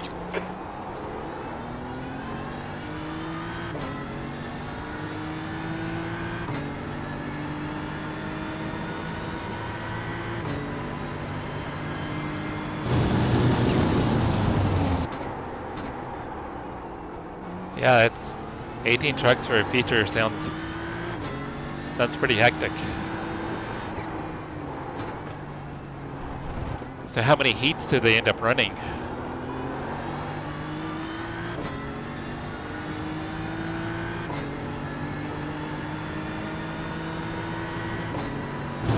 That lap time was 153.67.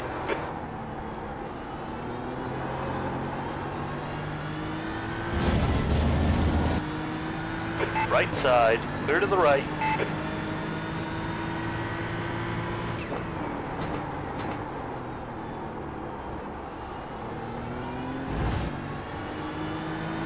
That's where I should have been, and it wouldn't have happened.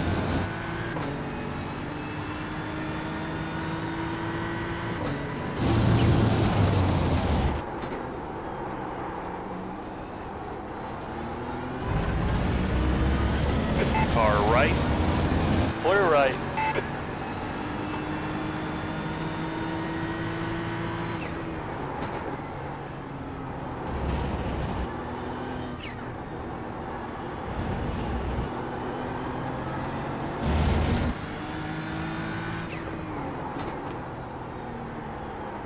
God damn it. Sorry, guys.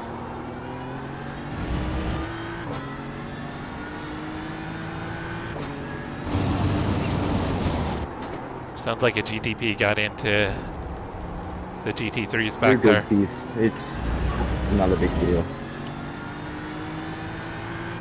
Well, I'm trying not to run into you guys, and I totally missed my braking spot.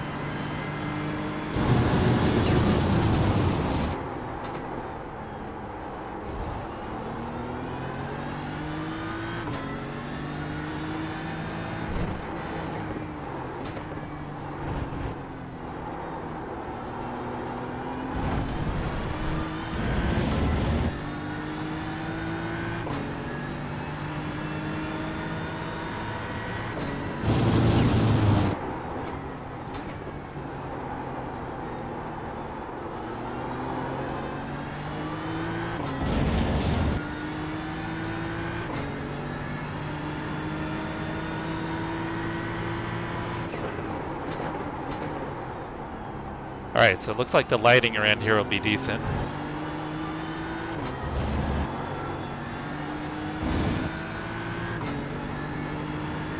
I was kind of worried about that.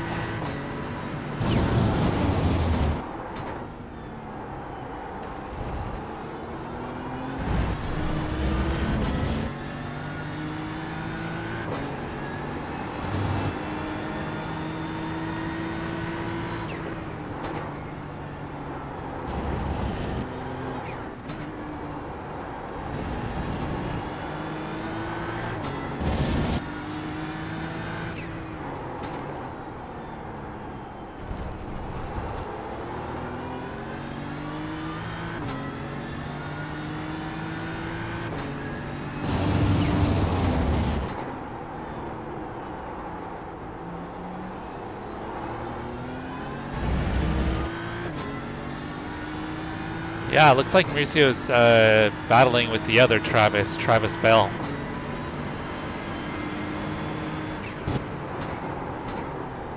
But I think Travis Rose right in the mix too.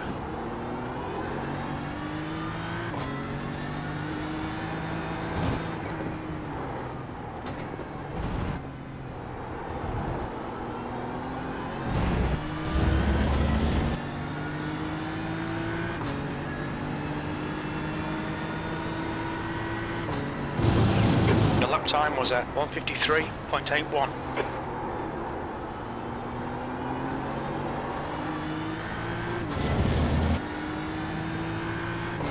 Oh, no worries. I'm sure Travis Rose right there.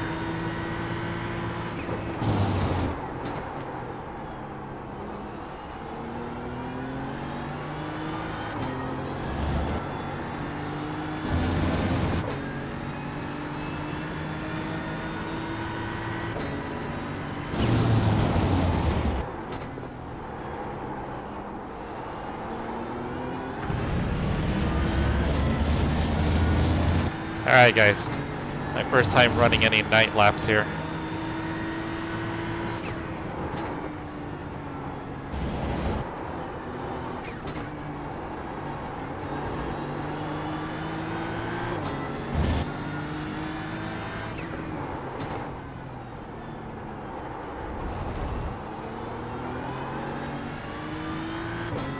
But at least the lighting looks like it's pretty decent. Right side, clear to the right.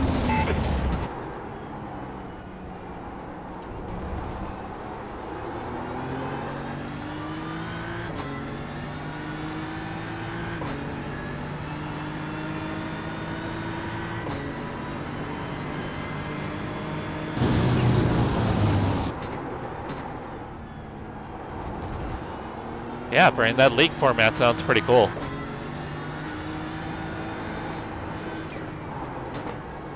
Definitely be fun to watch you be able to do that series.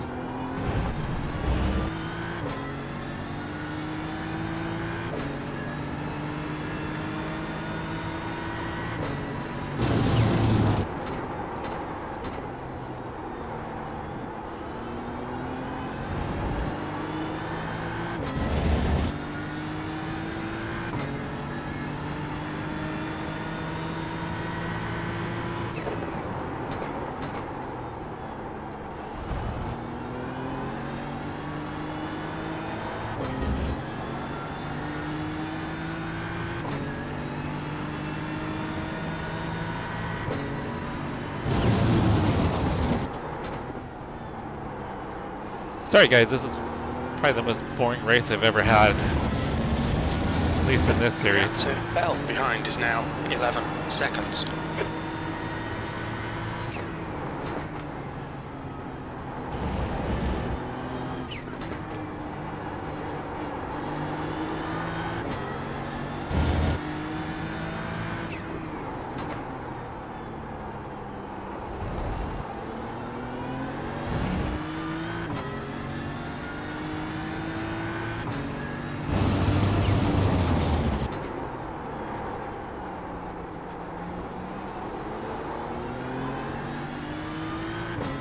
Alright Jesse, pit window open.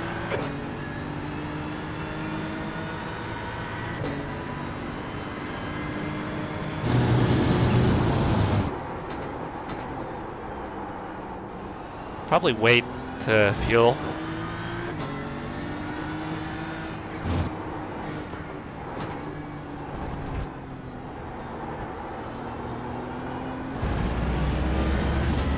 Right side. Clear right.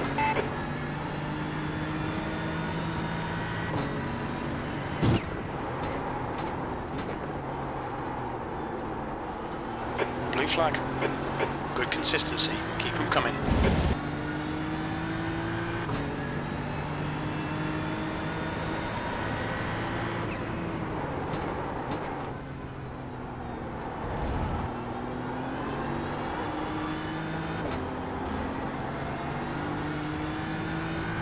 Oh no, Travis disconnected.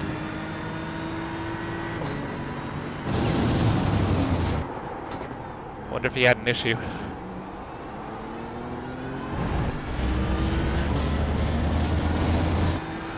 He was having issues with his power. They've got a really big storm rolling through Virginia. So he wasn't sure if he was even going to get in the race session.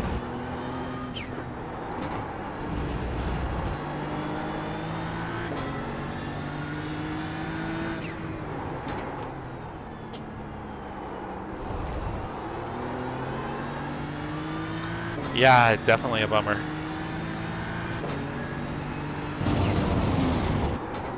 So I think he's P3 overall right now.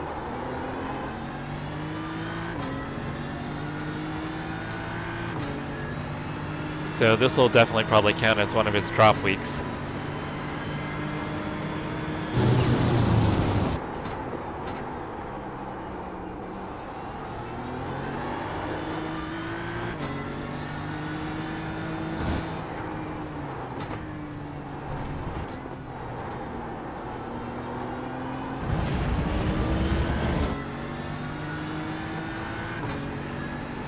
Oh yeah, I'm sure he is. It looked like he manually disconnected. You're 2/10 off the pace in Sector 1. Sector 2 is 0.45 off the pace. Sector 3 is 0.7 off the pace. It didn't sound like their rain, or sorry, their wind was bad. They just have a lot of rain right now. Blue flag.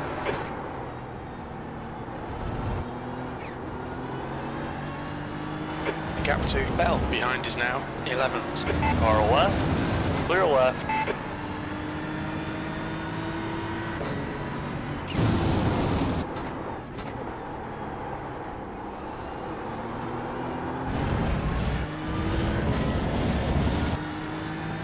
Oh, Travis, we were kind of hoping that wouldn't happen. Well, no, we were. Keep going.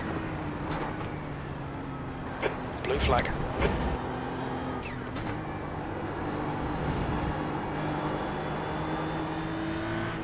On I your don't left. trust myself trying to pass Clear right to the now. left.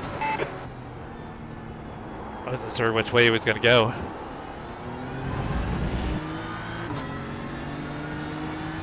Yeah, Travis, that totally stinks.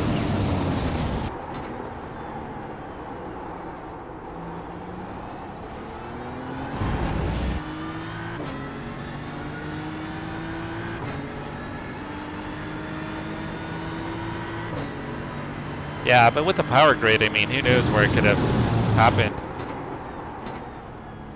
Takes one tree to go down and knocks power out.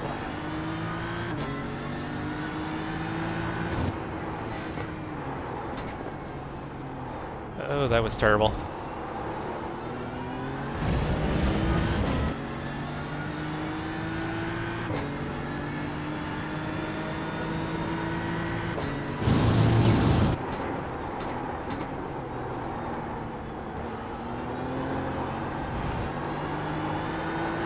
Okay, Jesse, you've got 10 minutes of fuel remaining.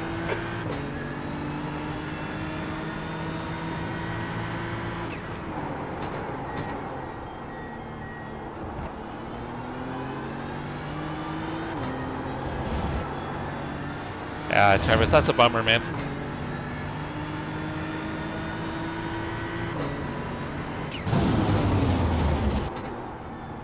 But it sounds like you didn't impact anybody else's race.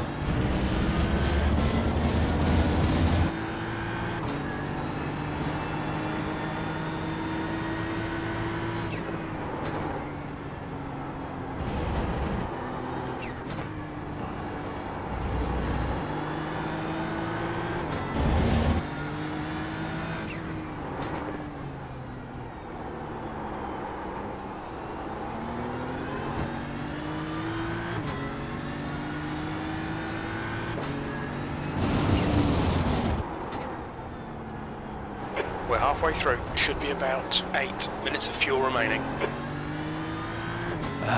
Friggin' Ken has set sail.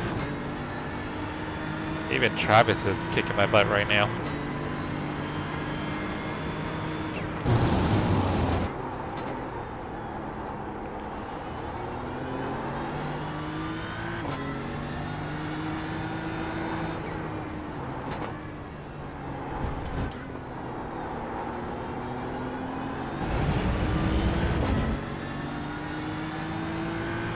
Yeah, nobody said anything, so I think you made it out safe.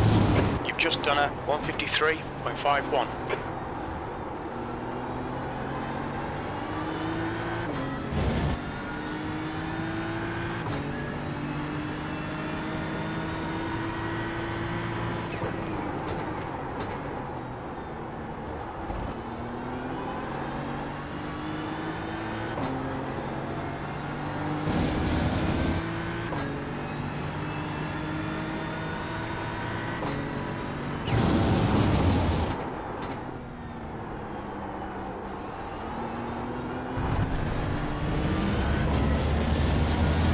The gap to Bell behind is now 10 seconds.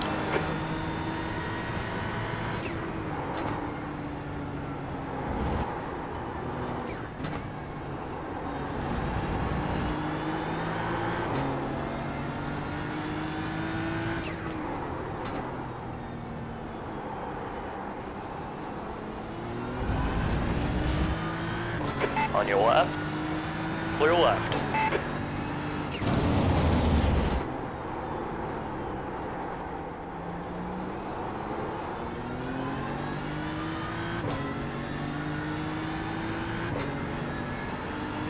Yeah, it's a tricky one to begin with, but without any light, it's or low light,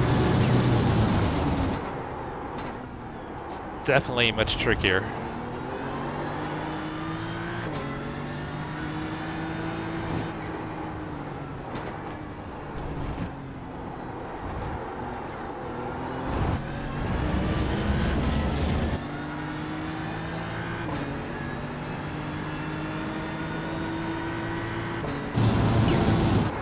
That was a 153.74.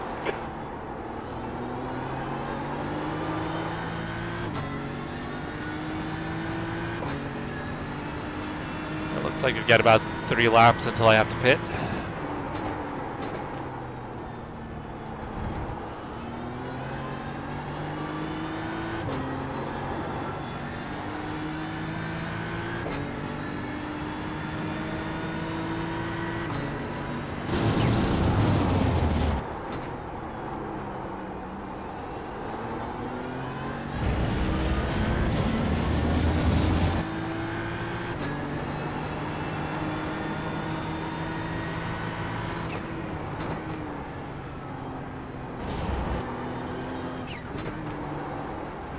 I'm gonna try to stay to the inside. Clear left. On your left, clear left. Blue flag. That worked out perfect for them.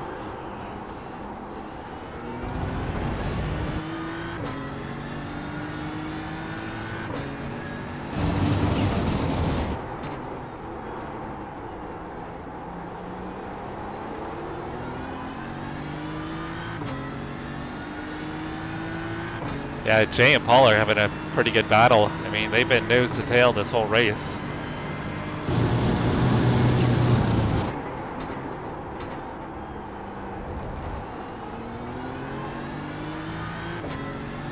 Okay, Jesse. 5 minutes of fuel remaining. 5 minutes.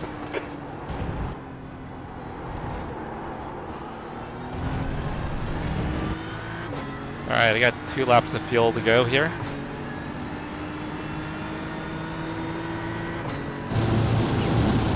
P2, that last lap was a 153.95. That was a terrible first corner.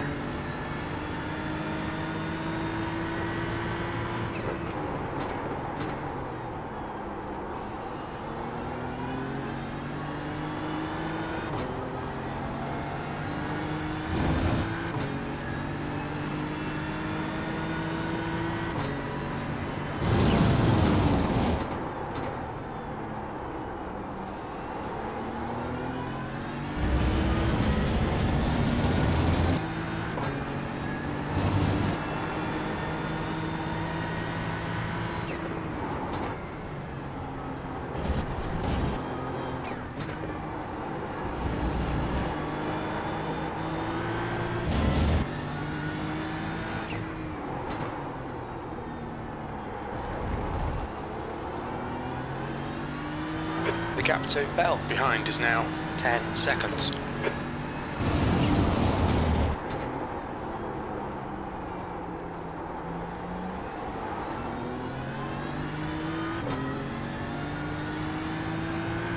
Thank you, Cody.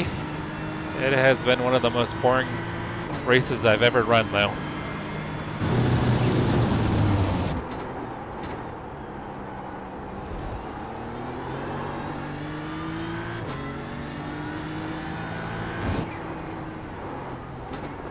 But it's going to be good for the series points.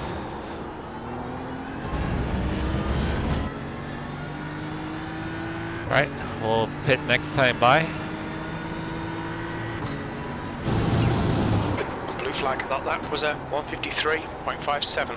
We're running on fumes, mate. Box this lap, please, Jesse. Bell behind is pitting. Right side, clear right.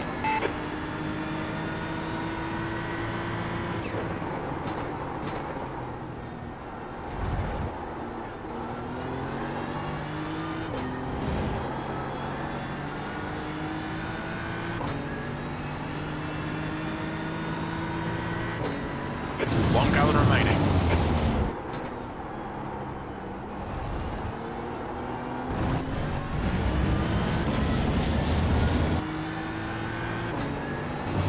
I'm just gonna hang behind you, Andrew.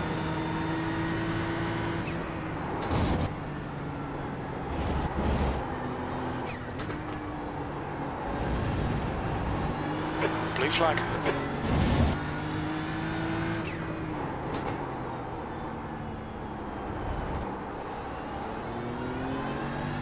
Thanks, there, Keith. On your right, clear to the right.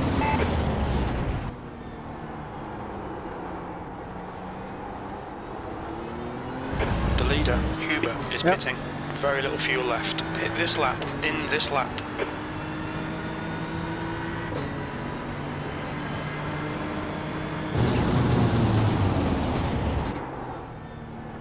Alright. See if I can keep from screwing up.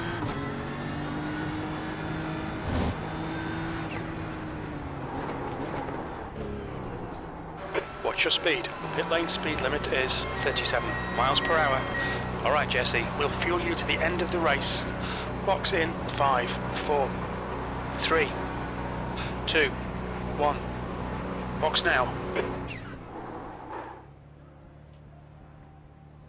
Pabo behind is pitting. Damn it. Huber is now leading. Rookie mistake, guys.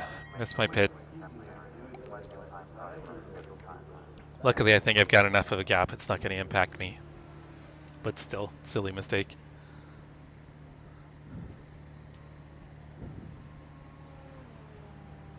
Probably didn't need fresh tires with the track conditions, but figure doesn't hurt.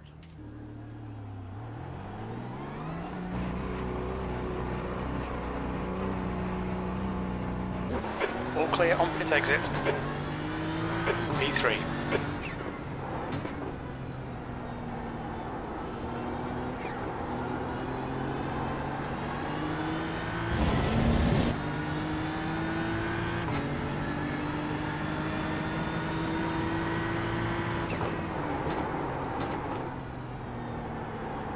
Lost a couple of seconds to Travis.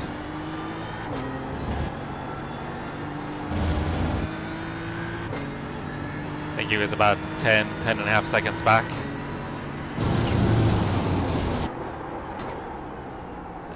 There's cold tires.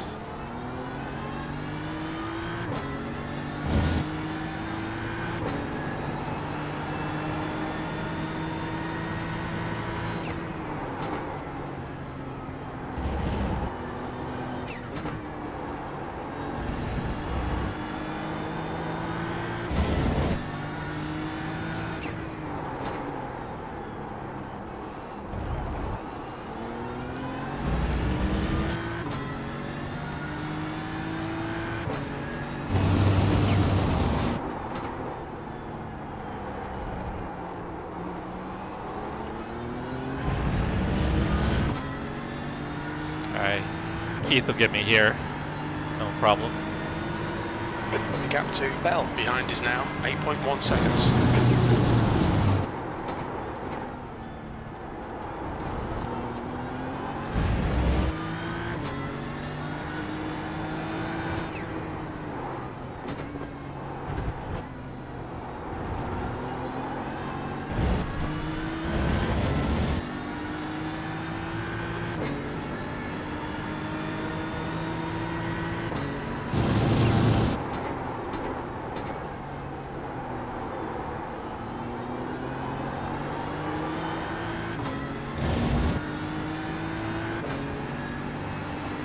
Clear to the left.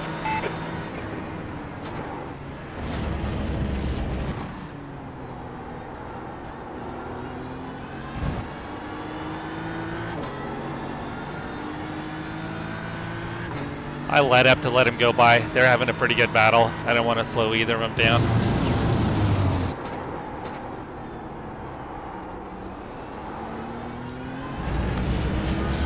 Even if Paul has murdered me before.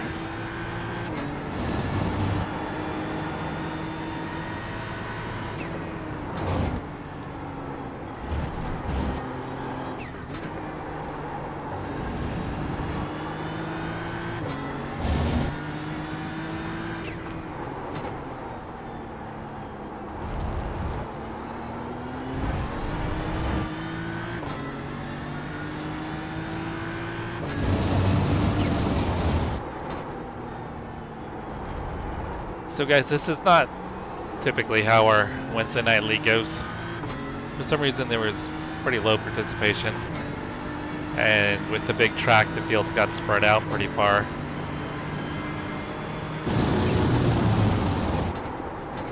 So it's made for a pretty boring race, which is unfortunate. Because racing here on Motegi can be pretty good. It's a track I do enjoy, compared to the Red Bull that we had last week, the Red Bull Ring. I'm just terrible at the Red Bull Ring.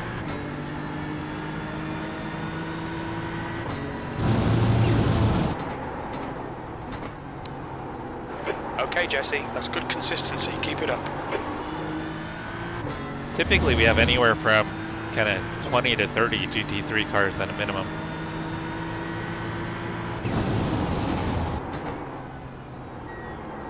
So this is a pretty low car count.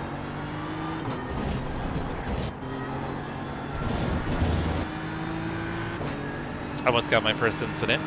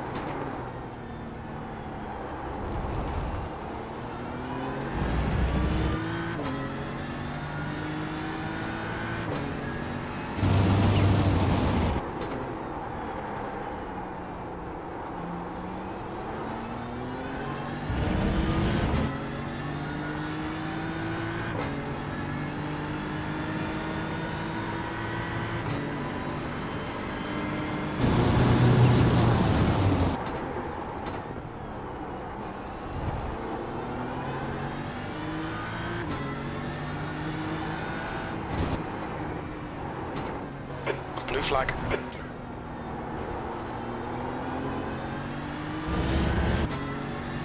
Alright, so this weekend, well, hopefully tomorrow and Friday I'll get some. Right side, clear to the right. The gap to Bell behind is now 7.6. Your lap time was at 1:53.48. Sorry, I was waiting for crew chief to shut up. Hopefully tomorrow and Friday I'll get some GT3 and GT4 racing in.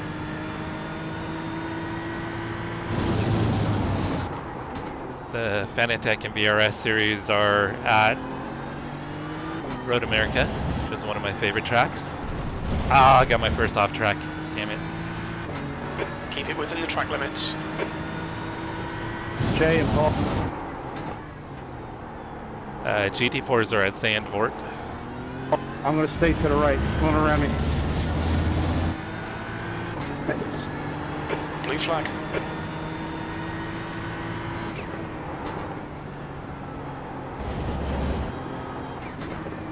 On your left. Clear to the left. And then GT3s and LMP2 are going to be at Imola. Travis and I planning on doing the 6 hours of Imola sometime this weekend. We'll either be doing that Saturday afternoon or kind of Sunday morning into Saturday afternoon.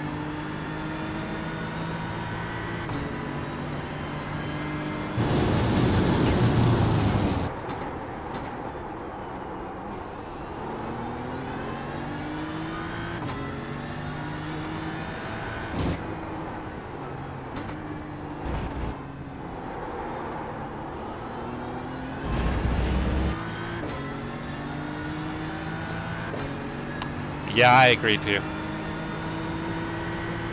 I love Road America. Road America, VIR, Road Atlanta. All really good tracks. I like Sebring too, but Sebring is kind of a different animal.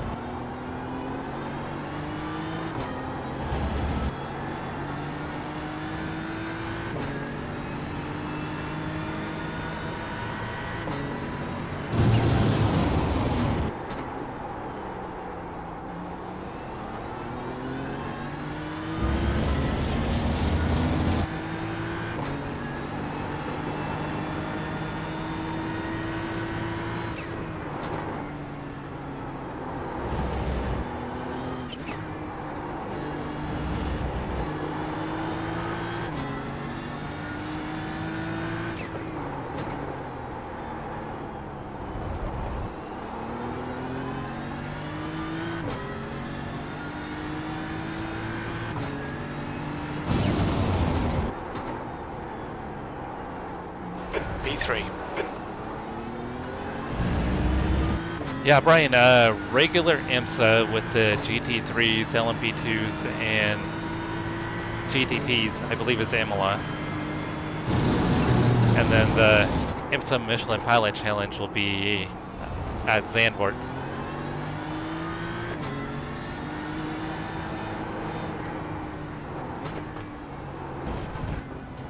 So the IMSA Michelin Pilot Challenge will be the GT4s and TCRs. Yeah, true. Yeah, winning there, I should like Sebring.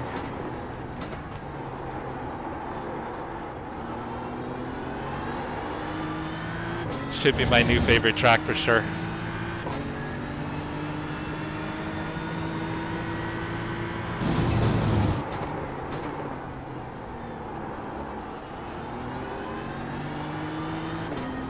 I've been able to get a couple GT3 wins at Road America.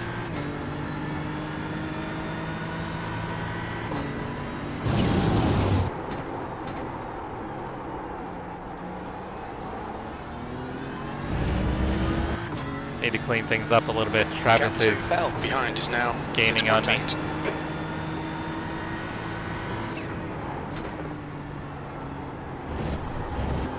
Thanks, John.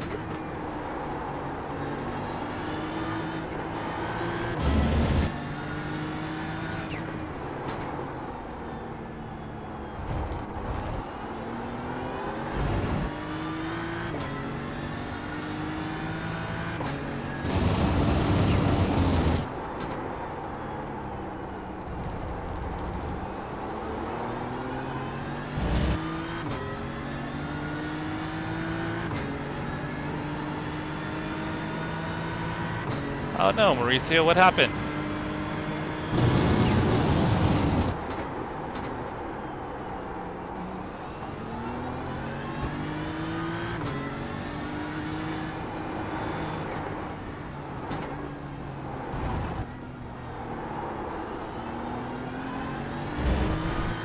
Did a prototype get into you?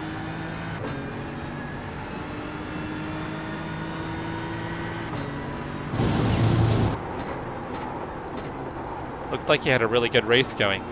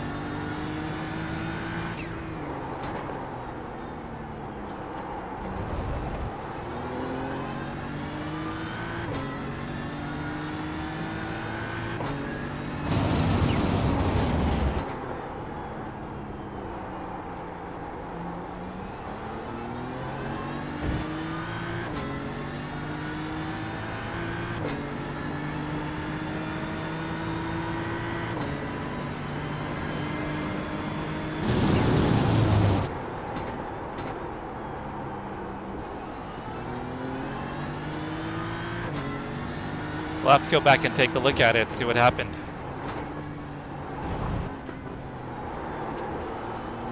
Jeff took me out 2 races in a row. Our non-points race at Sebring when he completely missed the braking zone. And then my terrible race at Silverstone, but that wasn't completely his fault. Lap times are pretty consistent. He lost control of the car and got into me.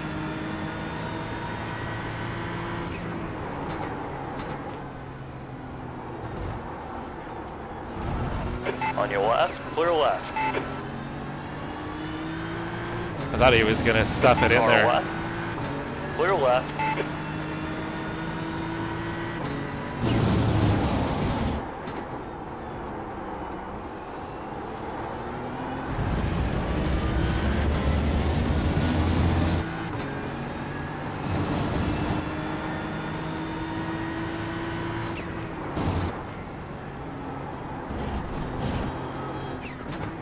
Track temperature's decreasing. It's now 83 Fahrenheit.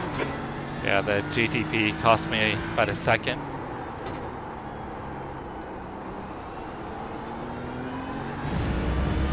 Bell is closing you down. The gap has come down to 5.3 seconds.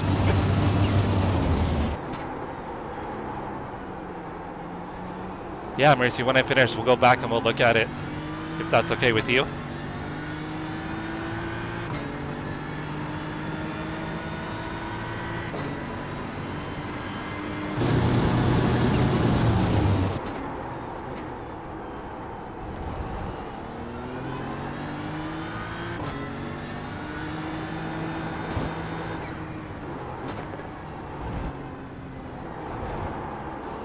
Yeah, luckily when he took me out at Sebring, it wasn't a points race.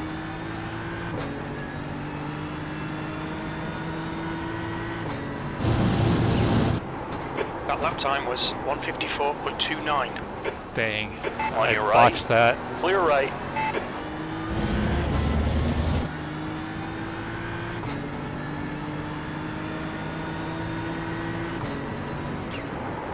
Oh, shit. Car right, clear right. Oh, Jesus. I'm sorry about that, Paul. I almost totally took out Paul, guys. It is all good, brother.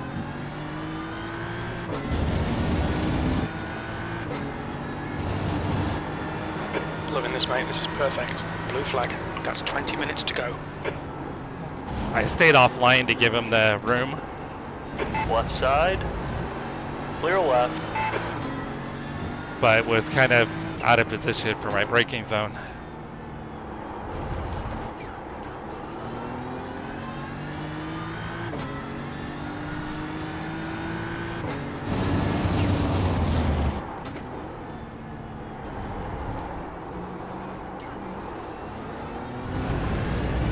Car right.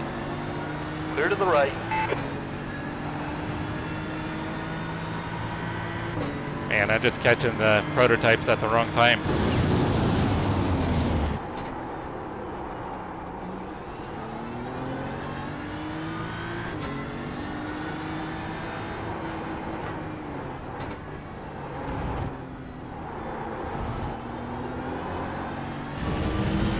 Alright guys, I gotta be clean from here on out. No more mistakes.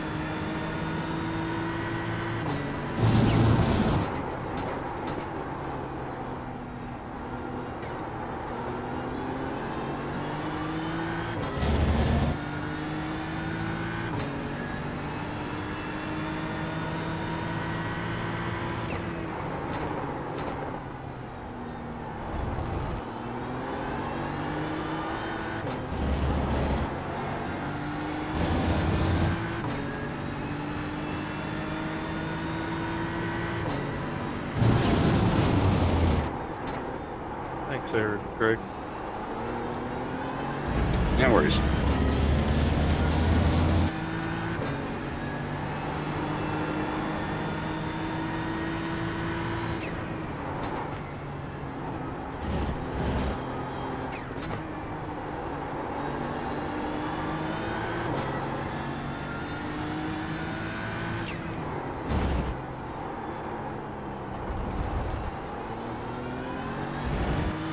The gap to Bell behind is now 3.8.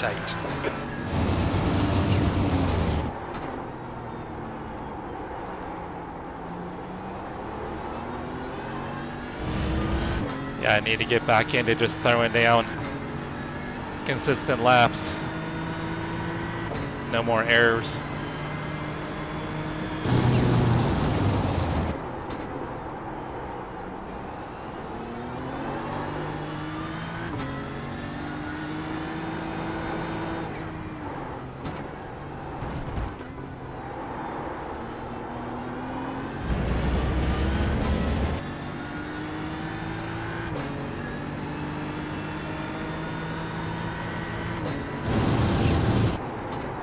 Your lap time was 152.85.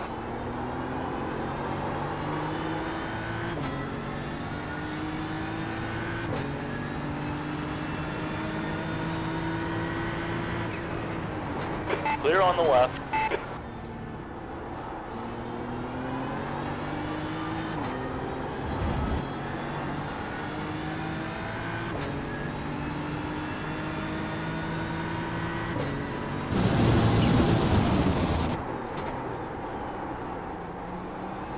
Take the inside.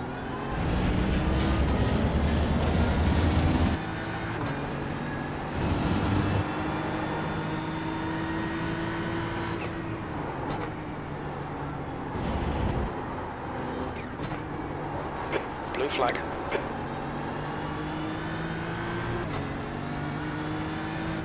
On your left. Clear left. Had to give up a little bit of time.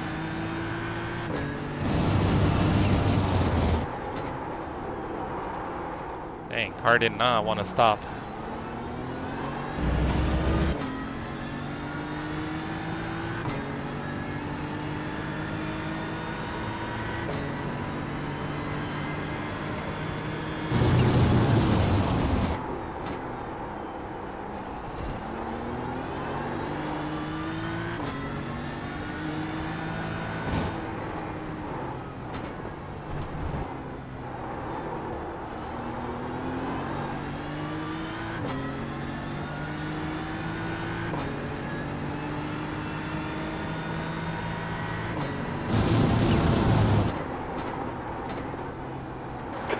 Okay, Jesse, 15 minutes left. That's 15 minutes. You're the man. Stay on it.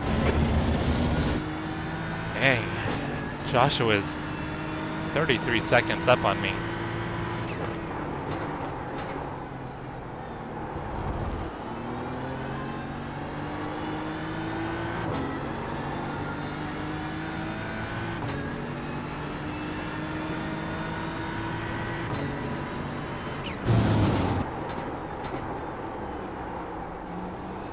And Travis, these were Mauricio's first laps at this track.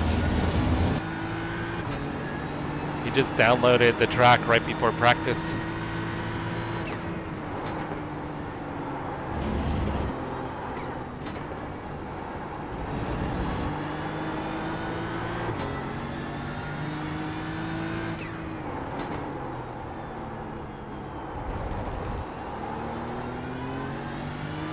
The gap to Bell behind is now 4.4 seconds.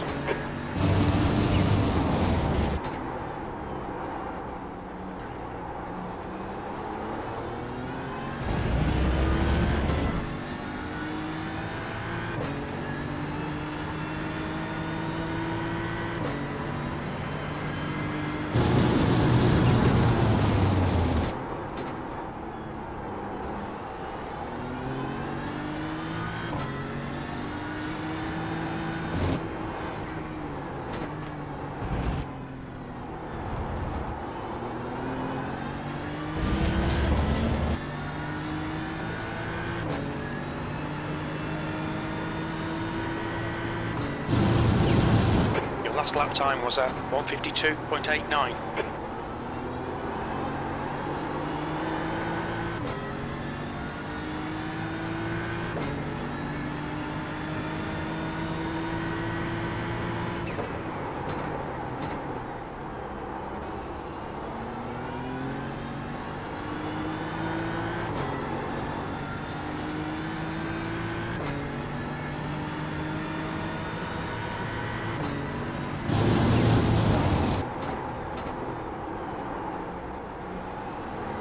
Braking too late for that corner. Track conditions are changed. I need to brake a little bit earlier.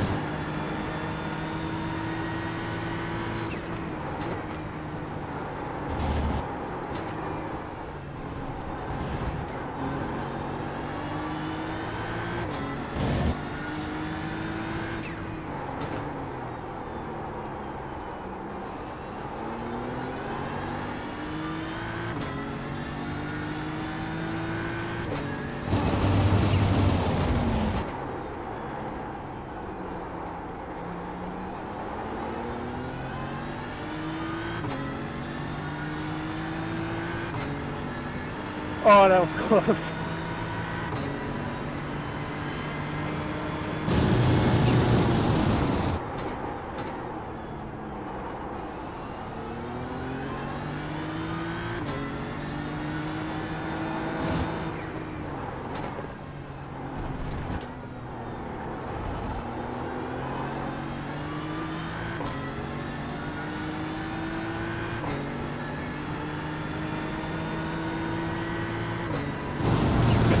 Is 0.43 off the pace.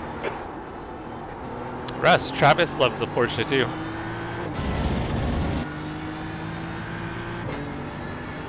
Nice recovery.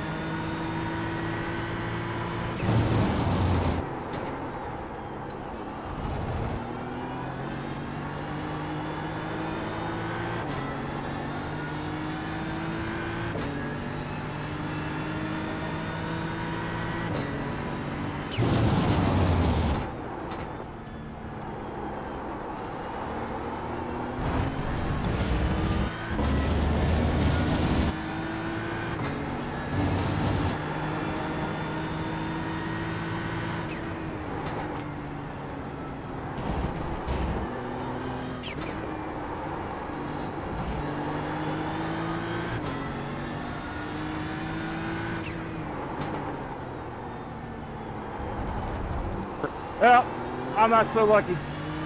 Bell is gaining on you. The gap's now 3.8. I think there's oil on the track here. What's that? think there's oil on the track there. Okay, Jesse, 10 minutes to go. That's 10 minutes left.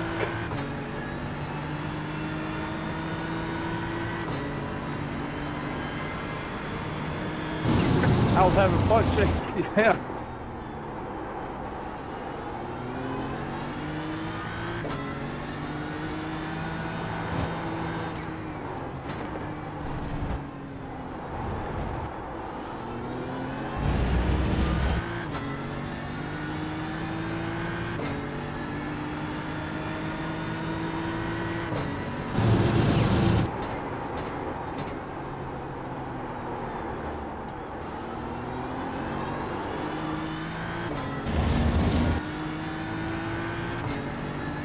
I know, Mauricio. I know they're catching.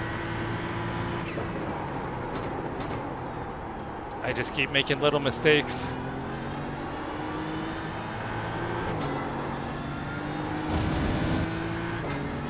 I gotta focus here.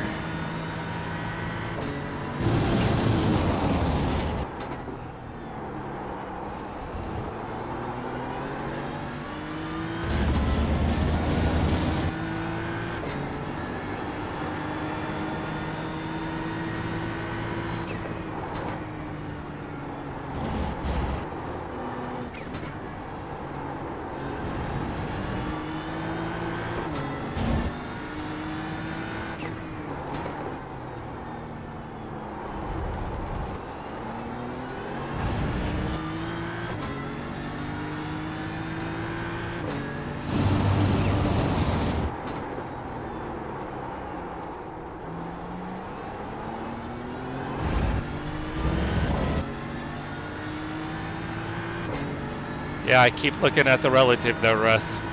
Keep peeking at the relative. I gotta stop that.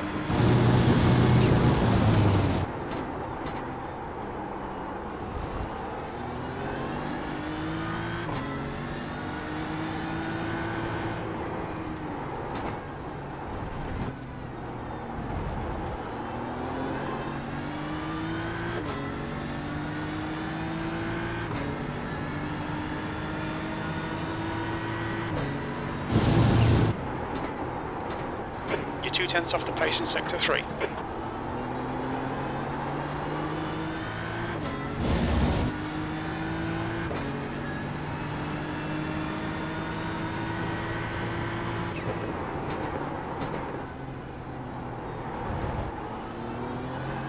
Blue flag.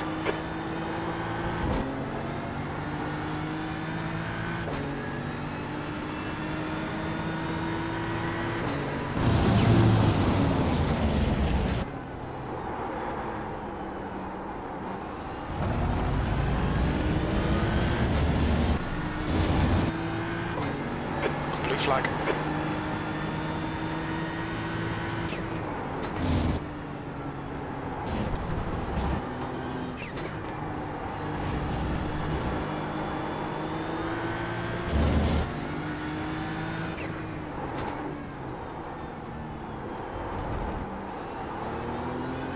All right, guys. Bell is reeling you in. The gap's now 3.1 seconds. I'm not looking at chat until the end of the race. I gotta focus on hitting every single one of my apexes here.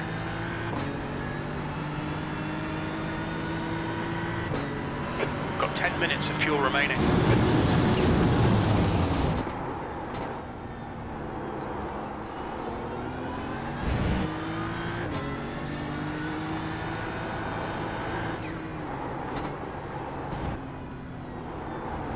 And it probably doesn't help. I lost extra time on pit road when I overshot my pit box, but I also took a little too much fuel.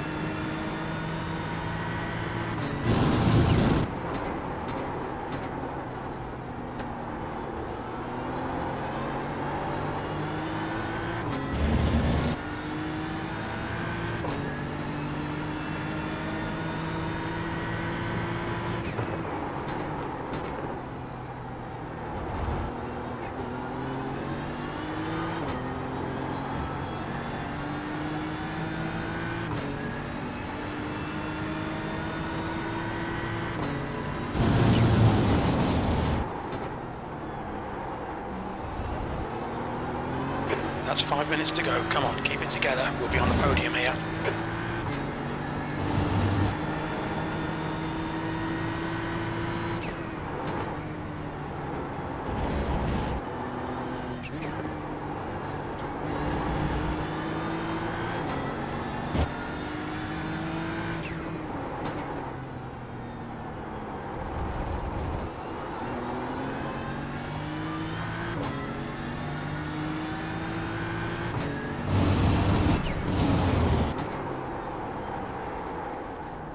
Nailed the last corner, but screwed that one up.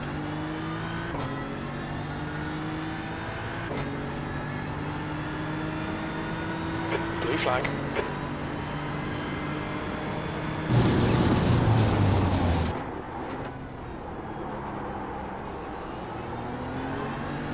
Left side. Clear left.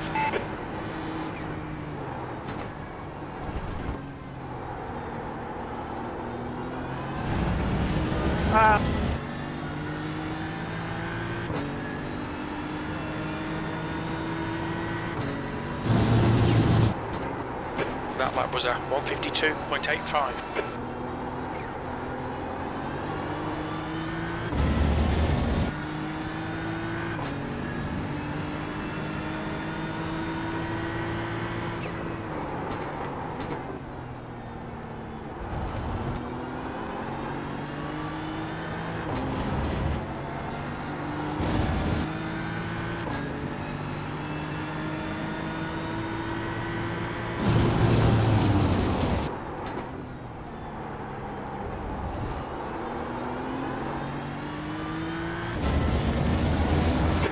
To Bell behind is now 2.9 seconds.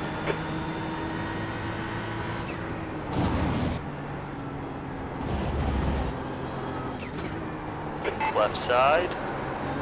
Clear left.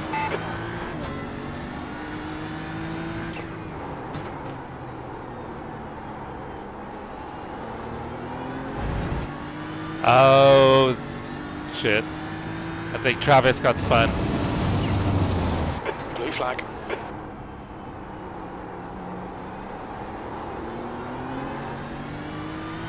I think one of the GTPs got into Travis, guys.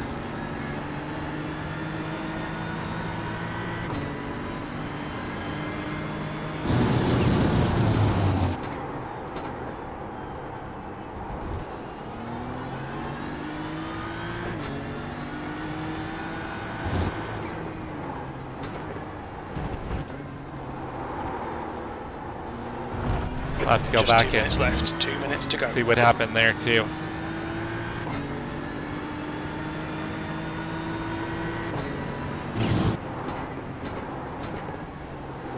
Left side. Hold your line. Clear left. Yeah, bummer for Travis, good for me, but still don't want to see that happen to him.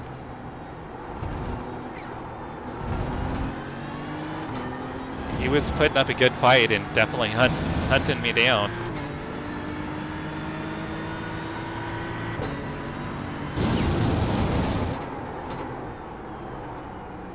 I just noticed that him and Aaron swapped positions.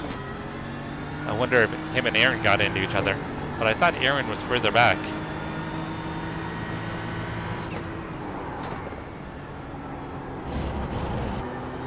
We estimate you've got 5 minutes of fuel remaining.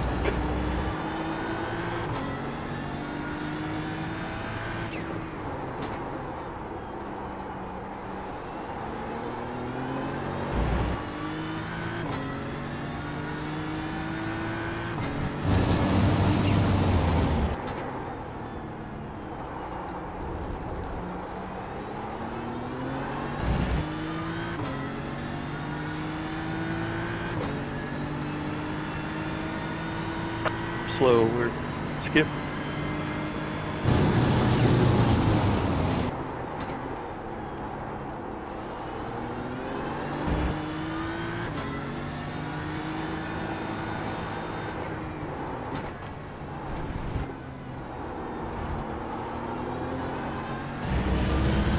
Alright, and my most boring race ever is about to come to a close. Okay, Jesse, one more to go. Keep it together, we'll be on the podium. That was a 153.34.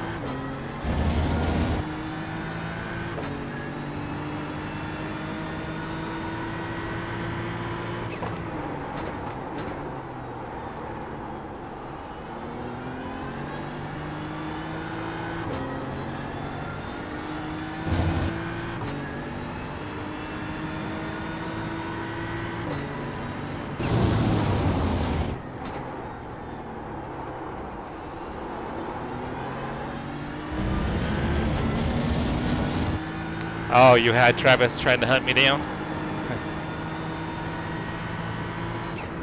Good race, Paul. That was tight the whole way. Yeah, I lost at the end there on that turn. I finished that with 0 laps of fuel left. Yeah, I was going to let you both by, and all of a sudden I noticed Skip wasn't there anymore. I was on the brake. I was like, where is he?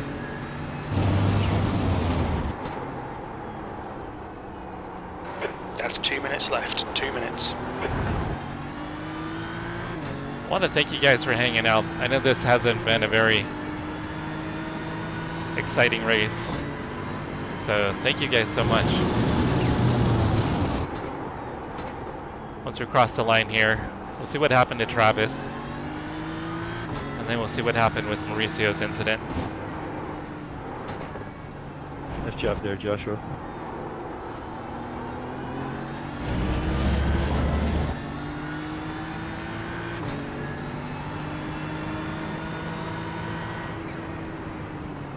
Nice one, Jesse. Great drive. That's a podium.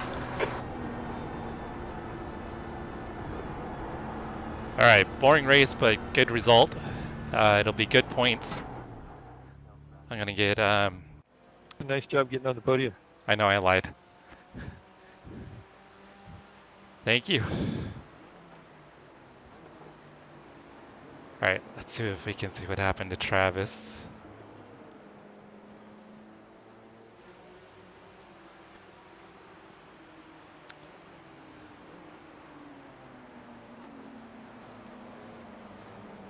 See where his slow lap was.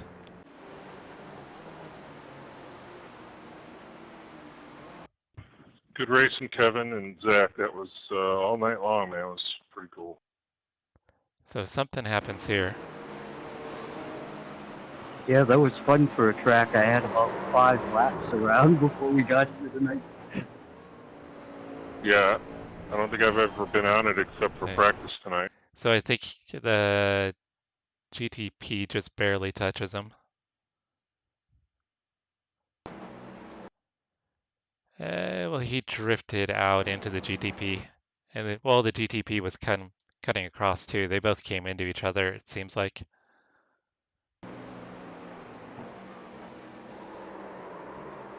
Might be a little bit more on Travis, but that's tough because the GT3 car there is gonna want to track out that direction.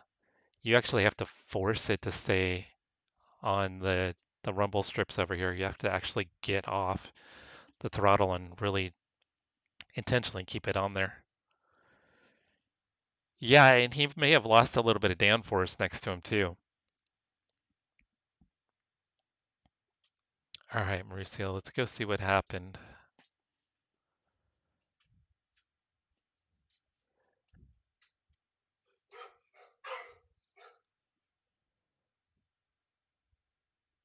Is it going to be... That might be your pit stop.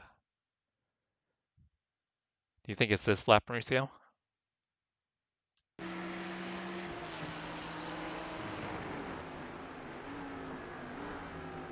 Okay, yeah, so that's Jeff behind you.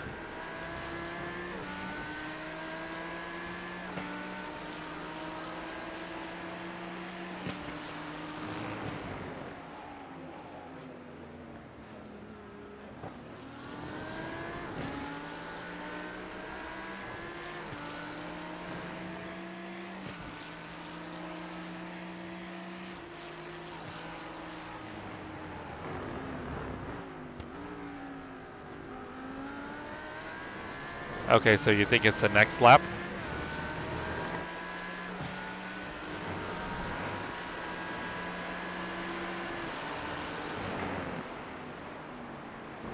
that's kind of aggressive move there too. I mean, yeah.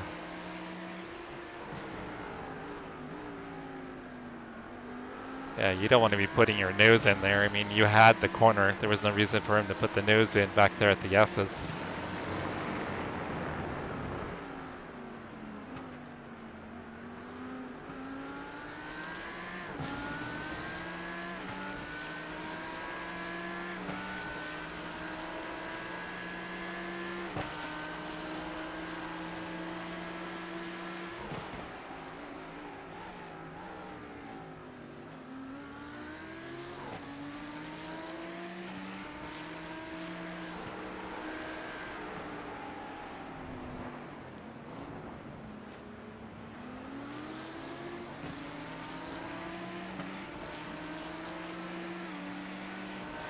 Oh!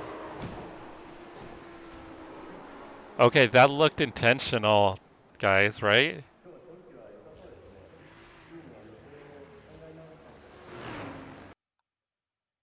Okay, Mauricio, I gotta say that's intentional. I mean, there was no reason to come and hit you like that.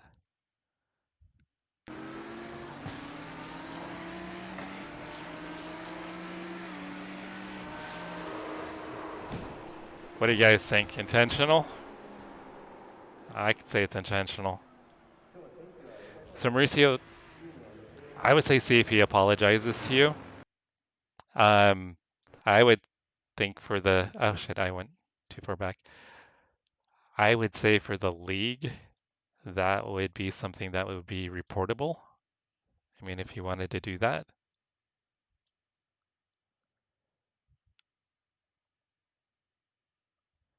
Let's look at it from his vantage point. I mean, there was this, I mean, there's still 2/3 of the track wide open.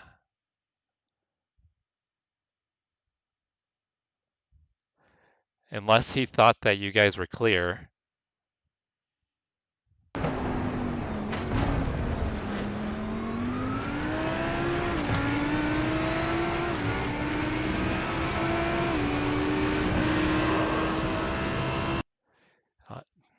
I don't know, it sounds like he lifts for a split second, but then doesn't, and gets right back on throttle.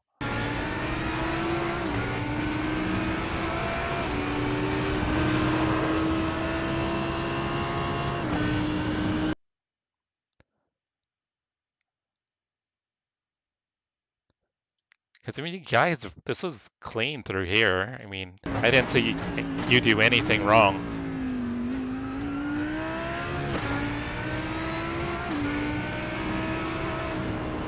I mean, this all looks good to me. You gave him room there. He drifts into you there. So he hits you there. You did come over right there, but then you held your line.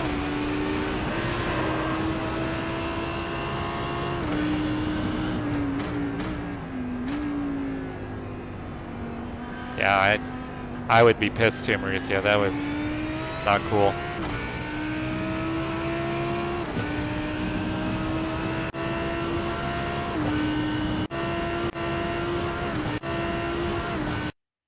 Yeah, I would say that's reportable if you want to report it. That was, in my opinion, I think that was a dirty move.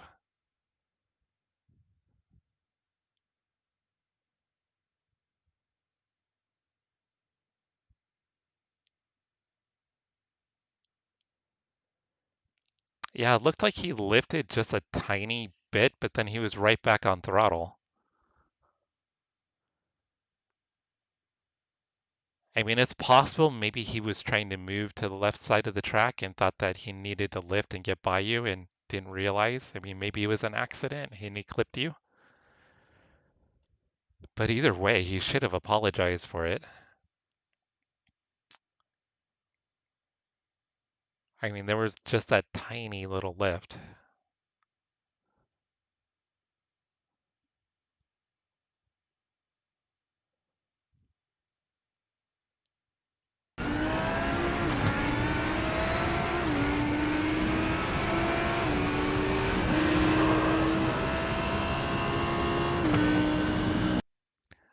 don't know. Yeah, I'm still not okay with that. Yeah, I don't like that move on his part. I mean, his crew chief would have been telling him car to the left if he has crew chief on. And the lift that he did was so light, it wasn't enough to get behind you. I mean, if you want to get to the left side of the track, he just needed to lift and let you hold the position. That would have been the right thing to do, in my opinion.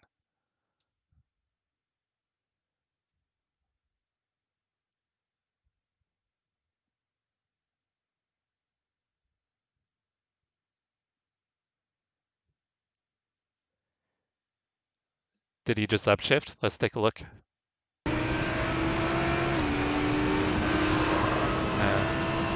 He was in fourth. So he was in fourth when it happened. You can just hear like a tiny, tiny little lift, the slightest of lifts.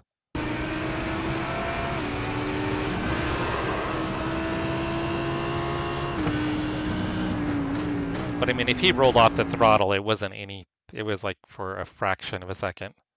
And it's possible the lift that we're hearing is the car contact, and maybe that's kind of changing the telemetry a little bit. Yeah, Mauricio, I'll save it and I'll figure out how to clip it and send it to you.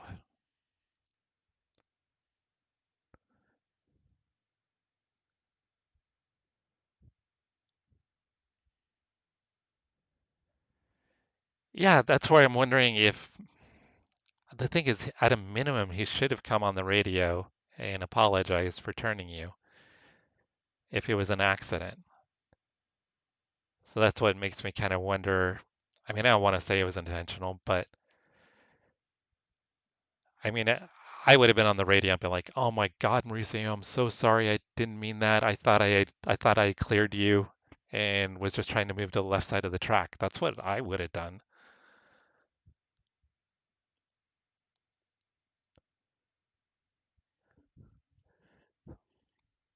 Yeah, I mean, he definitely hit Mauricio. I mean, whether it was intentional or not, he totally wrecked you. My concern is he should have at least apologized. I mean, if it was an accident, that's one thing, but by not apologizing, it looks like it could have been intentional. That's just kind of my perspective anyway.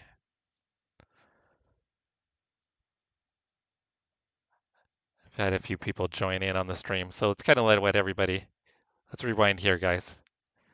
So Mauricio and Jeff are having a little battle that results in Mauricio getting wrecked.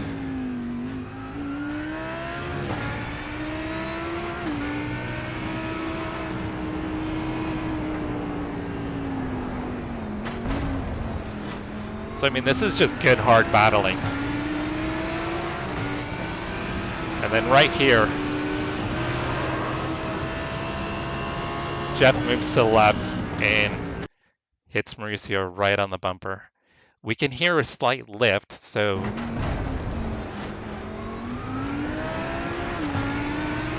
I think he was trying to move to the left, but he should have apologized.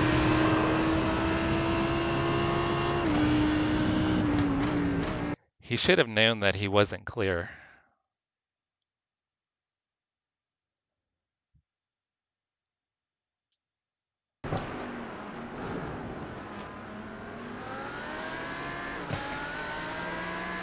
Yeah, 100% Cody. He still turns left into Mauricio.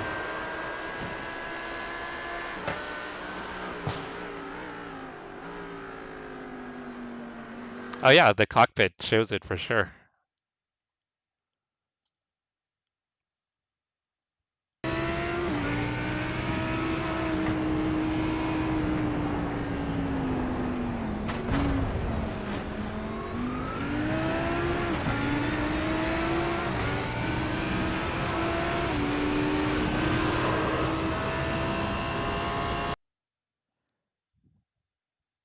Well, his wheel isn't moving a ton, but he does move left.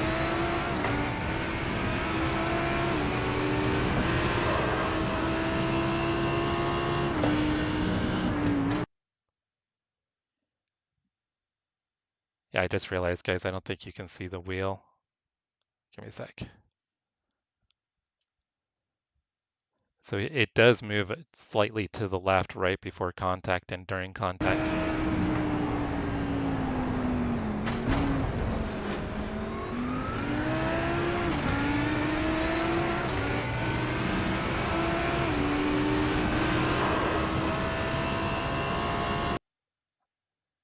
I don't know.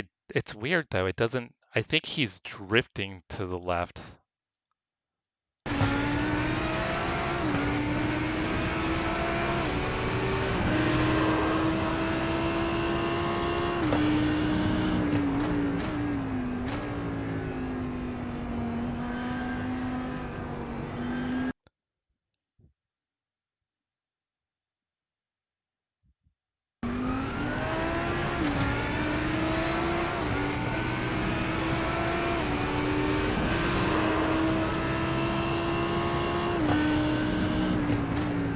Yeah, it's avoidable.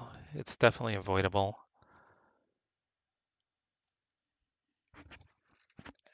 I don't. Yeah, it's 100% intentional. I'm not sure. I kind of torn maybe 50-50, but still, he should have apologized. I think he should have apologized for it. It seems like it almost seems a little bit like he had a little bit of a kind of a run on you, and he could have lifted more, and he just drove it right into your corner. Yeah, I'll save it and I'll send you the clip. So I'll do that tonight. But at a minimum, he should have backed off and apologized.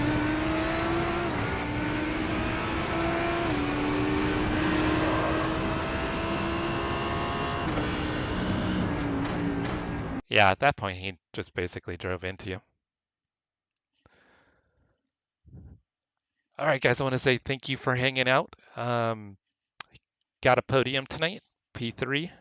I was the top AM driver. We had a small field, unfortunately, so some of the other AM drivers weren't here to compete. So that's going to put me back into the running for the AM championship. Thank you, Mauricio. I appreciate it. Sorry your race didn't go better tonight, but you had some really good pace out there. Definitely fast. You have a good night as well. So that'll put me back in the running for the AM championship. So I don't even know where we're racing next week. I'll have to figure that out. But I want to say thank you for everybody hanging out. Russ, Mauricio, Cody, thank you guys. Brian was in here, Idaho Panhandle. And if you guys can, check my featured channel page section out. It's a list of sim racers that support me, and I am supporting them as well. So feel free to check them out. And if you can, definitely support them. Go subscribe and check out their content. They're all doing different stuff than what I do. So it's a good perspective to see what others are doing in the sim racing world. And there's some really cool guys as well. So we're going to be on probably tomorrow, Friday, do some GT3s at Imola and Road America. And sometime this weekend, Travis and I are going to do the 6 hours of Imola, either in an LMP2 or a GT3. So keep an eye out for those upcoming streams. I'll post a 6-hour one in advance. Hopefully tomorrow I'll post the time once we figure out a time in a car. All right, everybody. Thank you so much. Have a wonderful night.